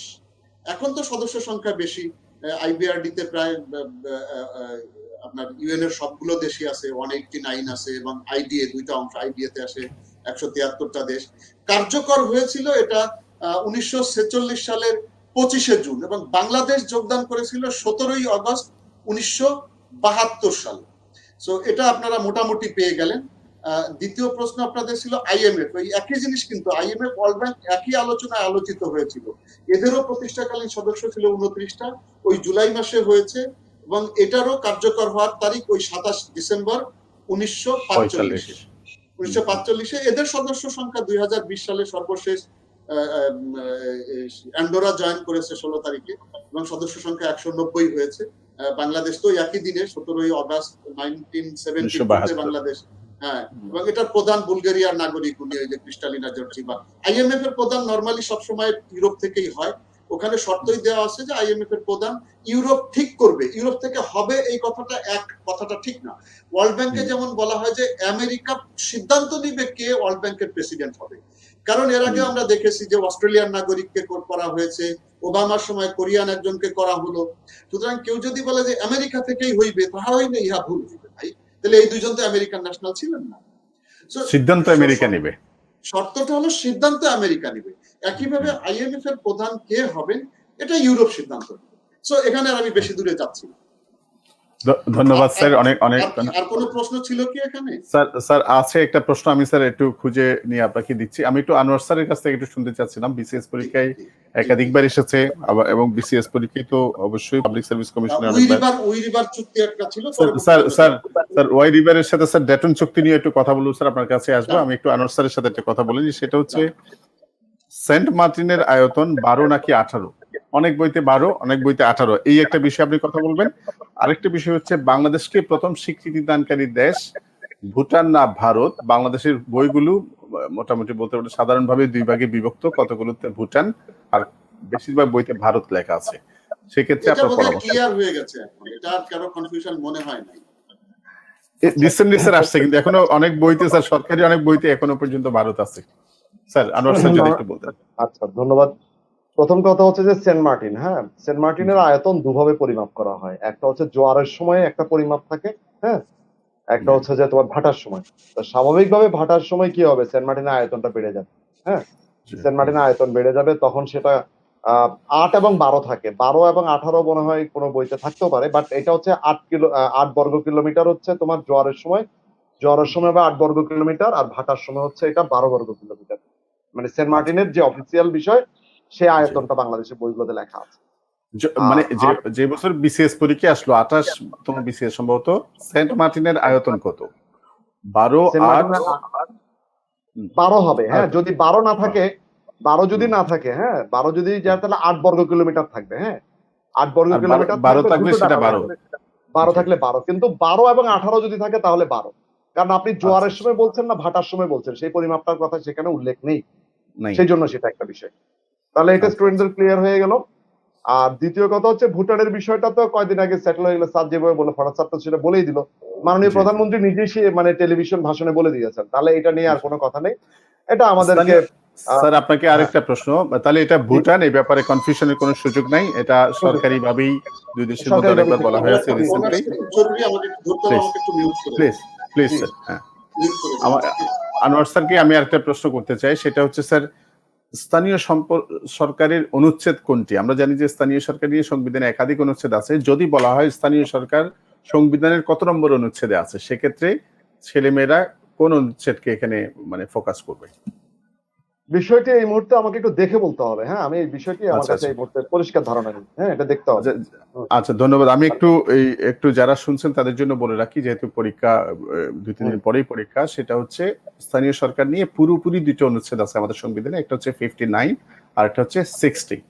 59 হচ্ছে স্থানীয় সরকারের গঠন এবং কার্যাবলী, ফরমেশন এন্ড ফাংশনস, এগুলো বলা হচ্ছে 59-এ। আর পাওয়ার সম্পর্কে বলা হচ্ছে, তাদের যে অথরিটি সম্পর্কে বলা হচ্ছে সংবিধানের 7 নম্বর অনুচ্ছেদে। আবার একই সাথে 152 নম্বর অনুচ্ছেদে আমাদের জেলাকে স্থানীয় সরকারের একাংশ হিসেবে উল্লেখ করা হয়েছে, এটা হচ্ছে 152-তে, যেখানে সংবিধানের বিভিন্ন টার্মিনোলজি গুলো এক্সপ্লেন করা হয়েছে। সুতরাং যদি প্রশ্ন আসে স্থানীয় সরকারের অনুচ্ছেদ কোনটি, তাহলে আপনারা কোনো দ্বিধা ছাড়াই 59 বা 59 দিবেন, কেননা 59 নম্বর অনুচ্ছেদে বলা হয়েছে সংবিধান স্থানীয় সরকারের গঠন এবং কার্যাবলী সম্পর্কে। আমি একটু স্যারের কাছে, আশিস স্যারের কাছ থেকে জানতে চাইবো, আমাদের পিএসসির একাধিক পরীক্ষায় আসা একটি প্রশ্ন হচ্ছে, পাবলিক সার্ভিস কমিশনের সদস্য সংখ্যা কতজন? স্যার এটা একদম সব, হ্যাঁ স্যার অসংখ্য ধন্যবাদ স্যার। যে বাংলাদেশ পাবলিক সার্ভিস কমিশন, এটা অনেক জায়গা গাইডে সাধারণত এই কারণে আমাদের আশা যে 13 থাকে, কোথাও 15। অবশ্যই 15, এর মধ্যে কোনো কনফিউজিং নাই যে সর্বনিম্ন 6 এবং সর্বোচ্চ 15, এটা আপনাদের মাথায় রাখতে হবে। এই পিএসসির গঠন সংক্রান্ত আপনাদের 137 থেকে 141, এর পরবর্তীতে 88, 147 নং অনুচ্ছেদ, এছাড়াও Bangladesh public service commission ordinance এবং আপনার রেগুলেশন, এই 77 এবং 79, এই অনুযায়ী আমাদের বিপিএসসিটা চলে। তো আপনারা একদম সুন্দর করে যে সর্বনিম্ন 6 এবং সর্বোচ্চ 15 জন, এই নিয়ে আমাদের বাংলাদেশ পাবলিক সার্ভিস কমিশন গঠিত হবে। হ্যাঁ স্যার, যেটা বললেন সেটা হচ্ছে স্থানীয় পাবলিক সার্ভিস কমিশনের অর্ডিন্যান্সে এটা বলা হচ্ছে একটি, সেটা হচ্ছে পাবলিক সার্ভিস কমিশনের সদস্য হবে সর্বনিম্ন 6 এর নিচে হবে না, অনূর্ধ্ব 15 এর উপরে হবে না। সুতরাং এটা। আর আরেকটা বিষয় থাকে যে সেটা হচ্ছে পাবলিক সার্ভিস কমিশনের চেয়ারম্যান নিয়োগ দেন কে? আশিস স্যার। পাবলিক সার্ভিস কমিশনের চেয়ারম্যান সাধারণত যে এই প্রধান বিচারপতি, কি বলবো, অপশন বলবো, বিচারপতি নিয়োগ দেন স্যার। না না না না না, এটা বোধহয় আশিস স্যার একটু কনফিউশন হচ্ছে, আমার যদি ভুল না হয় আনোয়ার মালিক স্যার, এটা রাষ্ট্রপতি নিয়োগ দেন পাবলিক সার্ভিস কমিশনের চেয়ারম্যান। আনোয়ার স্যার, আমি কি ঠিক বলছি? এটা সাংবিধানিক প্রতিষ্ঠান, তো রাষ্ট্রপতি নিয়োগ দেবেন। হ্যাঁ, এটা রাষ্ট্রপতি নিয়োগ দেবেন, এ ব্যাপারে কনফিউশনের কোনো সুযোগ নাই। আরেকটা আনোয়ার স্যারকে কাছে আমার আরেকটা প্রশ্ন, সেটা হচ্ছে, যদি এই ধরনের প্রশ্ন সবসময় থাকে তা নয়, কিন্তু কখনো কখনো থাকে, সম্ভবত লাস্ট 34তম বিসিএস একটা প্রশ্ন আসছিল, সরকারের সবচেয়ে বড় অর্জন কোনটি? এই ধরনের প্রশ্নগুলো যখন থাকে তখন ছেলেমেয়েরা আসলে কিভাবে উত্তর দেবেন? আমি প্রথমে বলবো যে এটা, আমি যেহেতু সময় সংক্ষিপ্ত, আমি এক কথায় বলে দিই, এই ধরনের প্রশ্ন আনসার করার প্রয়োজন নেই। একজন শিক্ষার্থী যদি দেখে যে তার 120 নাম্বার হয়ে গেছে, 120 বা 22 হয়ে গেছে, হ্যাঁ, তখন সে আর এই ধরনের প্রশ্ন কাজ করবে না। এগুলো টেকনিক্যাল বিষয়। বিসিএস পরীক্ষাতে আসলে সবাই মেধাবী। এখানে একটা ছেলে প্রস্তুতি নিয়ে পরীক্ষা দেয়, যারা টিকে আর যারা টিকে না, তার মধ্যে পার্থক্যটা কোনটা জানেন? পার্থক্যটা যে পরীক্ষার হলে কে কতটা কৌশলী আচরণ করতে পারে। কৌশলী আচরণটা গুরুত্বপূর্ণ। আপনি যখন দেখবেন যে আপনার আসলে 120 হয়ে গেছে, হ্যাঁ, তাহলে এই ধরনের প্রশ্ন, এখন আপনাকে অপশনে যেতে হবে, সরকারের সবচেয়ে বড় অর্জন কোনটি। আমি যদি বলি যে এখানে অপশন থাকে জাতির পিতার খুনিদের বিদেশ থেকে ফেরত আনা, আমি যদি বলি যে যুদ্ধ অপরাধীদের বিচার করা, আমি যদি বলি যে পদ্মা সেতু, আমি যদি বলি যে মেগা প্রজেক্ট, মানে যে যিনি যেটা বলবেন সেটার ব্যাপারে সে অনেকগুলো যুক্তি উপস্থাপন করবেন, যুক্তি দেখাতে পারবে। সেখানে আপনাকে অপশনে যেতে হবে, অপশনে গিয়ে দেখতে হবে যে যদি আপনি দেখেন যে আপনাকে এই প্রশ্নটা আনসার করবেন, ওই 4টা বিক্ষেপকের কথা বললাম না, ওই 4টা বিক্ষেপকের মধ্যে আপনাকে আলাদা করে ফেলতে হবে। আচ্ছা, ধন্যবাদ। সচেতন মানুষ, হ্যাঁ, সেটাই দেখে আমরা আমাদেরকে আর 5 মিনিটের মধ্যে আমাদের আলোচনাটা শেষ করতে হবে। আশিস স্যার, এখানে বোর্ডে একটা প্রশ্ন আছে স্ক্রিনে, public sir 26 sir, public service কমিশনের ক্যাডার সংখ্যা কয়টা স্যার? আচ্ছা, কতটা লেখা আছে এখানে? এখন 26 স্যার। আচ্ছা, এখানে একটু প্রশ্নটা একটু খেয়াল করেন, যিনি প্রশ্নটা করেছেন আফিয়া ইবনাত সরকার, তাকে বলি পাবলিক সার্ভিস কমিশনের কোনো ক্যাডার নাই, কিন্তু পাবলিক সার্ভিস কমিশন ক্যাডার বলে কোনো কনসেপ্ট নাই। বিসিএস ক্যাডার জানতে চেয়েছেন? হ্যাঁ, বিসিএস ক্যাডার অফিসার বুঝাতে চেয়েছেন। এটা হচ্ছে 26। স্যাররা দুজনেই ক্লিয়ার করেছেন, এখানে ওই কনফিউশনের কোনো সুযোগ নাই। আচ্ছা, সর্বশেষ যে ক্যাডারটা বিলুপ্ত হয়ে গেছে, সর্বশেষ যে ক্যাডারটা বিলুপ্ত করা হয়েছে, হ্যাঁ, মার্চ করে দেবে না, মার্চ না, একটা মার্চ করছে, একটা বিলুপ্ত করেছে, একটা বিলুপ্ত হয়ে গেছে। বিলুপ্তটা হচ্ছে টেলিকমিউনিকেশন ক্যাডার, বিসিএস যেটা 2008 সালে, যেটা 2008 সালে এটা বিলুপ্ত হয়ে গেছে। আর ইকোনমিক ক্যাডারকে অ্যাডমিন ক্যাডারের সাথে একসাথে মার্চ সংযুক্ত করে দেওয়া হয়েছে, মার্চ করে দেওয়া হয়েছে, সংযুক্ত করে দু- বিলুপ্ত। এখানে এটাও 2020 প্রশ্ন এসেছে, কিন্তু সাম্প্রতিক একটা পরীক্ষা এই প্রশ্নটা এসেছে, বিলুপ্ত জি হয়েছে, কিন্তু একদম বিলুপ্ত করে দেওয়া হচ্ছে যে 2008 টেলিকমিউনিকেশন। সালের জি টেলিকমিউনিকেশনটা। G G G telecommunication. Thank you ji sir. আরেকটা প্রশ্ন আছে ইয়ার জন্য আমাদের আনোয়ার স্যার যদি একটু দেখতেন, আমাদের জি 4টি মূলনীতির মধ্যে সমাজতন্ত্র গণতন্ত্র দুটোই আছে, এই দুটো বিষয়ের মধ্যে পার্থক্য কি? এগুলো আসলে পার্থক্য প্রিলিমিনারির জন্য আমাদের অত গুরুত্বপূর্ণ না, তবে প্রশ্নটা নিয়ে একটু কথা বলি। যেহেতু প্রশ্ন করেছে একটু জি উত্তর হ্যাঁ দেওয়া যেতেই জি পারে। হ্যাঁ হ্যাঁ হ্যাঁ আচ্ছা, এখানে এই সমাজতন্ত্র আসলে যে স্যার তো ফরাদ স্যারের ক্লাসে যারা করেছে তাদের তো এই মুহূর্তের কথা বলার দরকার নেই, শুধু একটাই বলে, এটা উৎপাদন ব্যবস্থার দিক থেকে। হ্যাঁ, জি যদি একলা লাইনে মনে রাখবেন আপনি, সোজা একটা মনে রাখবেন, উৎপাদন ব্যবস্থায় রাষ্ট্র যদি নিজে সচল হয় তাহলে সমাজতন্ত্র, উৎপাদন ব্যবস্থায় ব্যক্তি যদি নিজে সচল হয় তাহলে এটা পুঁজিবাদ, উৎপাদন ব্যবস্থায় রাষ্ট্র এবং ব্যক্তি যদি উভয়ই সচল হয় তাহলে এটা মিশ্র, তাহলে এটা উৎপাদন ব্যবস্থার ক্ষেত্রে সমাজতন্ত্র। আর আচ্ছা গণতন্ত্র তো হচ্ছে গিয়ে যেখানে আপনার মত প্রকাশের অধিকার থাকবে, অর্থাৎ সংখ্যাগরিষ্ঠের মতামতটাই হচ্ছে গণতন্ত্র। যে কোনো রিসেন্টলি সিদ্ধান্তের ক্ষেত্রে যদি রাইট সংখ্যাগরিষ্ঠের মতামতে, সেটাকে ডেমোক্রেসি বলে। জি বলেন। পাশাপাশি এটা বলি, রিসেন্টলি একটা বইতে আমার নামটা মনে আসছে না, গত কয়েকদিন এক সপ্তাহের মধ্যে প্রকাশিত একটা বইতে বলা হয়েছে, যদিও গণতন্ত্র কিন্তু অনেকভাবে ডিফাইন করবে, সংখ্যালঘু যারা তাদের রক্ষণাবেক্ষণটা কি রকম হচ্ছে, তাদের রক্ষণাবেক্ষণটা যদি ভালো হয় তাহলে সেটাই হচ্ছে উত্তম গণতন্ত্র। এই সংখ্যালঘু মানে হচ্ছে, আমরা অনেক সময় সংখ্যালঘু বলতে ধর্মীয় মাইনরিটি বা এই ধরনের বিষয়গুলো বুঝি, এখানে সংখ্যালঘু বোঝা হচ্ছে পলিটিক্যাল দিক থেকে যারা দুর্বল পজিশনে থাকে। অর্থাৎ আমরা যদি সরকারি দল বিরোধী দল বলি, বিরোধী দল তো হচ্ছে বেকায়দা প্রতিষ্ঠানে থাকে, যে দেশগুলোতে বিরোধী দলের স্বার্থগুলো সমুন্নত রাখা হয়, তাদের রক্ষণাবেক্ষণটা ভালো হয়, এনশিওর হয়, সেটাকেই বলা হচ্ছে ডেমোক্রেসি। যাই হোক, এগুলো হচ্ছে গণতন্ত্রের অনেক ধরনের ডেফিনিশনের মধ্যে একটি। এটাকে লিবারেল ডেমোক্রেসি বলা যেতে পারে। ডেমোক্রেসি মানে হচ্ছে কিনা উবায়েদ, গাণিতিক হ্যাঁ ভাবে ডেমোক্রেসি বলতে, মনে করো আমরা এখানে 4 জন আছি, 3 জন হুম। একটা মতামত দিলাম, আর একজন একটা মতামত দিলাম, যার মতামতটা বেশি হবে। ডেমোক্রেসি মানে হচ্ছে যে সংখ্যাগরিষ্ঠের মতামত, এখানে একটা বিষয় সংখ্যাগরিষ্ঠের আছে মতামত। এখানে একটা বিষয় আছে, যেখানে ডেমোক্রেসির এই সংখ্যাটা বলা হয়েছে, সেখানে বলা হচ্ছে ensure the right of minority. এটা কিন্তু অবশ্যই থাকতে হবে, এটা এটা যদি না থাকে। ইমপ্লিমেন্টেশনের ক্ষেত্রে, এটা ইমপ্লিমেন্টেশনের ক্ষেত্রে, এটা হচ্ছে ইমপ্লিমেন্টেশনের ডেফিনেশনে ক্ষেত্রে। না, হ্যাঁ এটা কিন্তু সত্য ডেফিনেশন না, ওবায়দুল্লাহ, এটা হচ্ছে ইমপ্লিমেন্টেশন। এটা ইমপ্লিমেন্টেশন ফেজে। এটা গণতন্ত্রের ডেফিনেশন ইমপ্লিমেন্টেশনের কিন্তু ক্ষেত্রে আরো ওইটা, গোড়ায় চলে যেতে ডেফিনেশনের হবে, ক্ষেত্রে যদি ওইটা। গণতন্ত্র সংখ্যাগরিষ্ঠের বলেন। মতামত হচ্ছে ডেফিনেশনের, ডেমোক্রেসির ডেফিনেশন মানে হচ্ছে সংখ্যাগরিষ্ঠের মতামত। আর ইমপ্লিমেন্টেশনের ক্ষেত্রে হচ্ছে কি, আপনি অবশ্যই যারা সংখ্যা, এই জন্য তো ডেমোক্রেসিতে বলা হয় ছায়া সরকার বলা হয় বিরোধী সরকারকে, তার ছায়া সরকার তাকে নার্সিং করবে। যদি বিরোধী দল শক্তিশালী না হয় তাহলে ডেমোক্রেসি কখনোই ফ্রুটফুল হবে না। মানে বিরোধী দলের কথা, গণতন্ত্র যে এবং প্রজাতন্ত্র দুইটা দুই জিনিস, এক করে দুটো ফেলি জিনিস। কিন্তু আমরা। Republic and democracy both are not the same thing. Yes, মানে আপনি বলছেন যে যেখানে হাত বেশি সেখানে হচ্ছে গণতন্ত্র। জি জি সেটা জি যদি যেখানে হয় বেশিরভাগ তাহলে মানুষ গণতন্ত্র, আছে। গণতন্ত্রতা জি, সেটাই জি, যদি বলেন, তাহলে তো যেদিন ভোট দিলাম ওই দিন গণতন্ত্র, এরপরে আর গণতন্ত্র থাকলো না। আচ্ছা, এটা স্যার মতামতের বিষয়। যখন আমরা, এটা আসলে বলা হচ্ছে কি, যখন আমরা আছে শাসন মানে তো হচ্ছে এই মানে আমাদের যে আইনসভায় আইন প্রণয়ন করাটাই হচ্ছে শাসন। এখন আইনসভায় আইন প্রণয়ন করা মানে সিদ্ধান্ত গ্রহণ করা, অর্থাৎ আমাদের যদি 300 সংসদের সদস্য থাকে, 151টা যেদিকে ভোট যাবে তারাই আইন প্রণয়ন করবে। আইন প্রণয়ন করা মানে হচ্ছে শাসন করা, ঠিক আছে? আইন প্রণয়ন করা মানে হচ্ছে শাসন। এই অর্থে এটাকে ডেমোক্রেসিকে বলা হয় যে সংখ্যাগরিষ্ঠের শাসন, এই অর্থে। কারণ আরেকটা প্রশ্ন, 149 ভোট যারা পাবে তারা তো তাদের কোনো পলিসি বাস্তবায়ন করতে পারবে না। আচ্ছা, ঠিক আছে। এবার জি আমাদের ধন্যবাদ আনোয়ার স্যার। আমি ফরহাদ স্যারের জন্য একটা প্রশ্ন, স্যার শাটল ডিপ্লোমেসি সম্পর্কে জানতে চাই। শাটল ডিপ্লোমেসি সংক্ষেপে স্যার। আচ্ছা, শাটল মানেই তো ভাই এই যে কাপড় বুনেন, আমাদের মাকু, বাংলায় যেটা বলা মাকু, একবার এদিক একবার ওদিক যাওয়া, দ্যাট ইজ শাটল। এটা 1973 তে যখন ওই যে আমরা ইয়ামুল কিপারের যুদ্ধের কথা বললাম, আনোয়ার সাদাতের সাথে বেগিনের যে চুক্তির কথা বললাম, ওইটাই শাটল ডিপ্লোমেসির ফলাফল ছিল।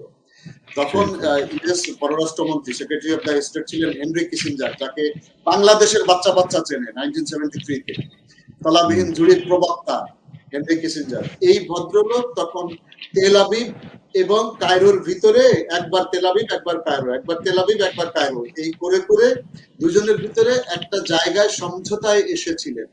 সেই সময় থেকে এই শব্দটাকে শাটল ডিপ্লোমেসি বলা হয়। দ্যাট মিন্স সূত্রপাতটা ওখানে 1973 তে ইয়ামুল কিপারের যুদ্ধের পরে ইসরায়েলের সাথে ইজিপ্টের। আর দ্যাট মিন্স শাটল ডিপ্লোমেসি হলো যে একজন তৃতীয় পক্ষ, বিবদমান দুই পক্ষ তাদের নিজের জায়গায় থাকবে, তৃতীয় যে মধ্যস্থতাকারী সে একবার এখানে যাবে একবার ওখানে যাবে, এর কথা ওকে বলবে ওর কথা ওকে বলে মাঝখানে এনে কোথাও দুজনকে মিলানোর চেষ্টা করে। তাহলে স্যার রুটি ভাগ করার যে বানরের পলিসি, ওই যে এটা কি ওই এক সময় রুটি বেশি হবে না, রুটি ভাগ করাটা হলো যে ভাগ করে সে মাঝখানে খেয়ে নেয় কিছু, সে মাঝখানে শাটলে কিন্তু সেটা হবে না নাকি স্যার? না শাটলে যেটা হবে না। শাটলে সেটা এটা স্যারের কথা যদি ফরাদ স্যারের কথা যদি ক্লিয়ারলি শুনে দুইজন দুই জায়গায় থাকবে, একজন কানেক্টর থাকবেন, দুই দিক থেকে কানেক্ট করে একটা ডিসিশনে বসাই দিবেন তাদেরকে।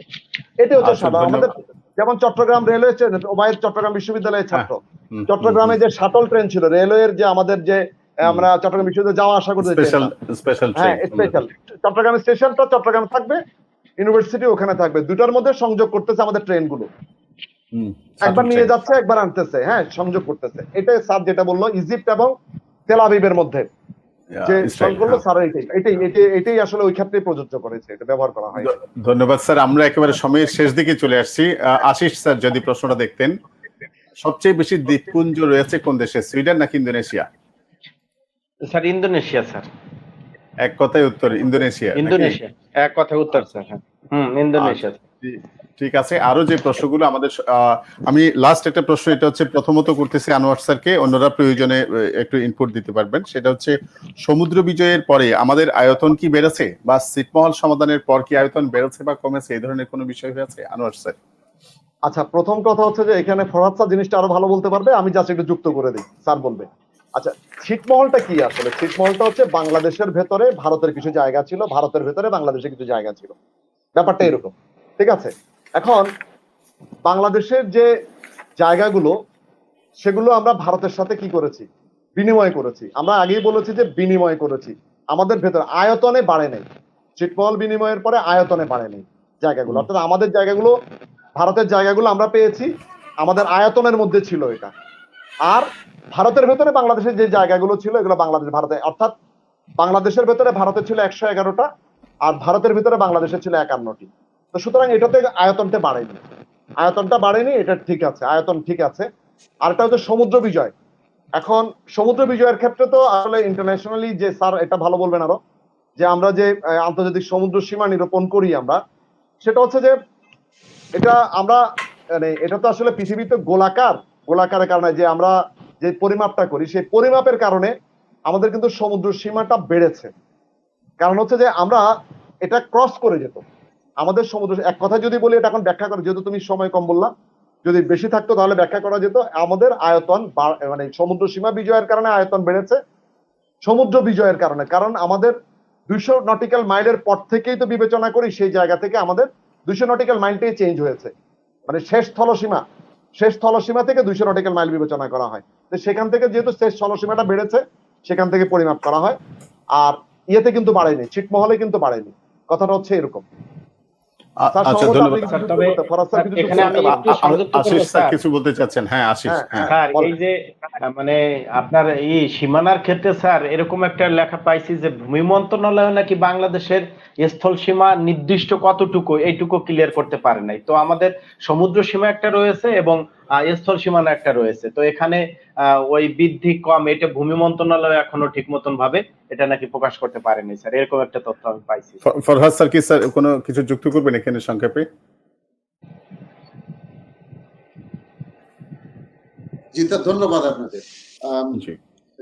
স্যাররা যেগুলো বললেন, দুই স্যারই বলেছেন, আমি মনে করি আমার সীমানা বাড়েও নাই কম, কারণ এটা তো ডিসপিউটেড ছিল, রাইট স্যার। আমার এটা তো এমন না যে আমার ছিল না, এখন আমি 200 নটিক্যাল মাইলের গিয়ে মহিষোপান হিসেব করে আমি পেয়েছি। এটা তো আনপ্লাস, যেটা আইন, যেটা মূল আইন UNCLOS UN convention on the law of the sea, ওটা তো মানে যখন আমরা সাইন করেছি তখন থেকেই আমাদের উপরে প্রযোজ্য, ভারতের উপরে প্রযোজ্য, মিয়ানমারের উপরে প্রযোজ্য। সো আমরা বলবো যে ওইটা আনক্লিয়ার্ড একটা গ্রে এরিয়া ছিল, কিন্তু আমরা জানি যে আমরা পাবো, ওটা আমাদের এই ফর্মুলা অনুযায়ী, কিন্তু অন্যরা মানতেছিল না। সো তাদের মানানোর জন্য আমাদের কিছুদিন, আমার জায়গাটা আমার পেতে কয়েকদিন আইনের ভিতর দিয়ে যেতে হয়েছে। সো আমি মনে করি যে আমার বাড়েও নাই কমেও নাই, আমার যেটা পাওয়ার সেটা আমি পেয়েছি, এটা আমার আগেও ছিল। এই স্যার ফরহাদ স্যারকে একটা প্রশ্ন, সেটা হচ্ছে স্যার বিশ্বের সবচেয়ে বড় অর্থনৈতিক জোট কোনটি? ডব্লিউটিও না ইউরোপিয়ান ইউনিয়ন? ইউরোপিয়ান অর্থনৈতিক জোট, অর্থনৈতিক জোট, European Union. Thank you sir. অর্থনৈতিক জোট। আপনি যদি 1951 থেকে দেখেন, জি প্রথম ইসিএসসি দিয়ে ইউরোপিয়ান ইউনিয়ন শুরু হলো, সেটার উদ্দেশ্যই ছিল অর্থনীতি। কারণ জি জার্মানির সাথে ফ্রান্সের সবসময় মারামারি কিলাকিলি এগুলো লেগেই থাকে। স্যার, সমস্যাটা হচ্ছে এই যে আমাদের ডব্লিউটিও তে সদস্যের সংখ্যা অনেক, ইউরোপিয়ান ইউনিয়নে তো শুধু ইউরোপের দেশগুলো 27টি দেশ। তো সেই জন্য অনেকে কনফিউজড হয়ে যায়, অর্থনীতি বাণিজ্য দিয়েও তো অর্থনীতি হয়, সুতরাং অর্থনৈতিক জোট। তাহলে সেক্ষেত্রে বিশ্বের সবচেয়ে বড় অর্থনৈতিক জোট কি ইউরোপিয়ান ইউনিয়ন হবে নাকি ডব্লিউটিও হবে, এটা নিয়ে অনেকে কনফিউজড হয়েছে এবং এটা বিসিএস এর প্রশ্ন। দেখেন এখানে দুইটা জিনিস। ডব্লিউটিও হলো একটা অর্গানাইজেশন, এটা সেই হিসাবে যদি আপনি একটা অর্গানাইজেশন আর একটা হলো অঞ্চল, দুইটা দুই জিনিস। অঞ্চল, জি। আপনি প্রশ্ন কিন্তু জোটই ছিল, সবচেয়ে বড় অর্থনৈতিক জোট কোনটি, এটাই ছিল। জোট ইউরোপিয়ান ইউনিয়ন বলে আমি এখনো বলবো। Reason behind is European union এ কিন্তু একটা সুপার ন্যাশন। জি। সেই এখন এটা তো ব্যাখ্যা করার সময় দিবেন কত? না স্যার, এটা স্যার মানে এটা শুধু উত্তরটাই শুনে রাখলাম আমরা। আরেকটা বিষয় স্যার, এখানে এই প্রশ্নটা হচ্ছে ত্রুটিযুক্ত প্রশ্ন। জি, এখানে বিসিএস পরীক্ষার কিছু প্রশ্ন আসে ত্রুটিযুক্ত প্রশ্ন। হ্যাঁ, এই প্রশ্নটা ত্রুটিযুক্ত প্রশ্ন। এখানে আপনি তো এটাতে লিখিত পরীক্ষার প্রশ্ন, আপনি ব্যাখ্যা করে লিখবেন, এখানে আপনার সুযোগ নাই।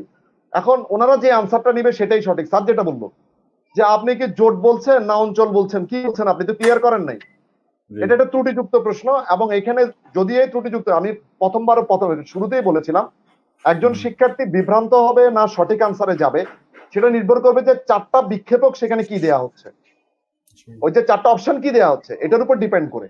সুতরাং যিনি এই প্রশ্নটা করেছেন এটা ত্রুটিযুক্ত প্রশ্ন, এটা একটা ত্রুটিযুক্ত প্রশ্ন। এখানে শিক্ষার্থীরা মানে এটা হচ্ছে পারবে না। আনোয়ার স্যার এটার একটু উত্তর দিয়েছিলেন, সেটা হচ্ছে আপনি যদি মনে হচ্ছে সেফ জোন পার হয়ে গেছেন তাহলে এই প্রশ্নটা উত্তর না দেওয়াটাই হচ্ছে উত্তম। আর যদি মনে হয় যে আপনি এমনিও বেকায় দিয়ে আছেন, দিলেও বেকায় দিয়ে, না দিলেও বেকায় দিয়ে, সেখানে আপনি একটা উত্তর দিয়ে আসবেন, এই দুইটার মধ্যে একটা উত্তর দিয়ে আসবেন। Thank you sir. ফরাজ স্যারের জন্য একটা লাস্ট কোয়েশ্চেন, সেটা হচ্ছে বিভিন্ন বইতে ডেটন শান্তি চুক্তিতে মধ্যস্থতাকারী হিসেবে আমাদের মার্কিন যুক্তরাষ্ট্রের প্রেসিডেন্ট বিল ক্লিন্টন এবং আরেকজন হচ্ছে 78 সালে জিমি কার্টার এবং বিল ক্লিন্টন, দুইটা নামই দেওয়া হয়েছে। আমার যদি ভুল না হয় ডেটন শান্তি চুক্তি হয়েছিল 1995 সালে, তখন তো স্যার এটা বিল ক্লিন্টন হওয়ার কথা। আপনি স্যার যদি উত্তরটা বলে দিতেন। উত্তর তো আপনি বলে দিলেন ভাই। তাহলে স্যার 1995 এর নভেম্বরের 1 তারিখে ইউএস এর ওহাইওর একটা জায়গা, ওহাইও স্টেটের একটা জায়গার নাম ডেটন, সেখানে রাইট প্যাটারসন বিমান বাহিনীর সদর দপ্তর ছিল ওইখানে বসে আলোচনা শুরু হয়। 14 ডিসেম্বর ফ্রান্সে এই চুক্তিটা স্বাক্ষর হয়। শুরু হয়েছিল কিন্তু ডেটনে, প্যাটারসন বিমান এয়ার বেইজে। আর এটা 14 ডিসেম্বর 1995-তে আনুষ্ঠানিকভাবে প্যারিসে স্বাক্ষরিত হয়। তো সেই সময় তো ওই ভদ্রলোক তো 80 সালেই ঝরে গেছে। জি জি স্যার, 95-তে যে ছিল উনি। জি স্যার, থ্যাংক ইউ স্যার আমাদের সাথে থাকার জন্য। আমাদের স্যার জাস্ট 8:30টায় যারা শুনছেন, বিশেষ করে আমাদের পরীক্ষার্থী বন্ধুরা যারা শুনছেন একটু খেয়াল করবেন, 8:30টায় আমরা গাণিতিক যুক্তি ও মানসিক দক্ষতা নিয়ে আমাদের শ্রদ্ধেয় মাহমুদ স্যার, আনোয়ার কবির স্যার এবং আলী আকবর স্যার, তাদেরকে নিয়ে কনফিউশন জোন থাকবে গাণিতিক যুক্তি ও মানসিক দক্ষতা বিষয়ে। আপনারা সেটা শুনবেন, আশা করি যারা পরীক্ষার্থী তারা মিস করবেন না। আর আমার সাথে গত প্রায় 1.5 ঘন্টা ধরে আলোচনায় ছিলেন, 1.5 ঘন্টারও অধিক সময় আলোচনায় ছিলেন আমাদের শ্রদ্ধেয় ফরহাদ স্যার, শ্রদ্ধেয় আনোয়ার মালিক মজুমদার স্যার এবং শ্রদ্ধেয় আশিস কুমার স্যার। আমি 3 জন শিক্ষককেই কৃতজ্ঞতা জানাচ্ছি, শুভেচ্ছা জানাচ্ছি মার্চ ফরওয়ার্ডের পক্ষ থেকে।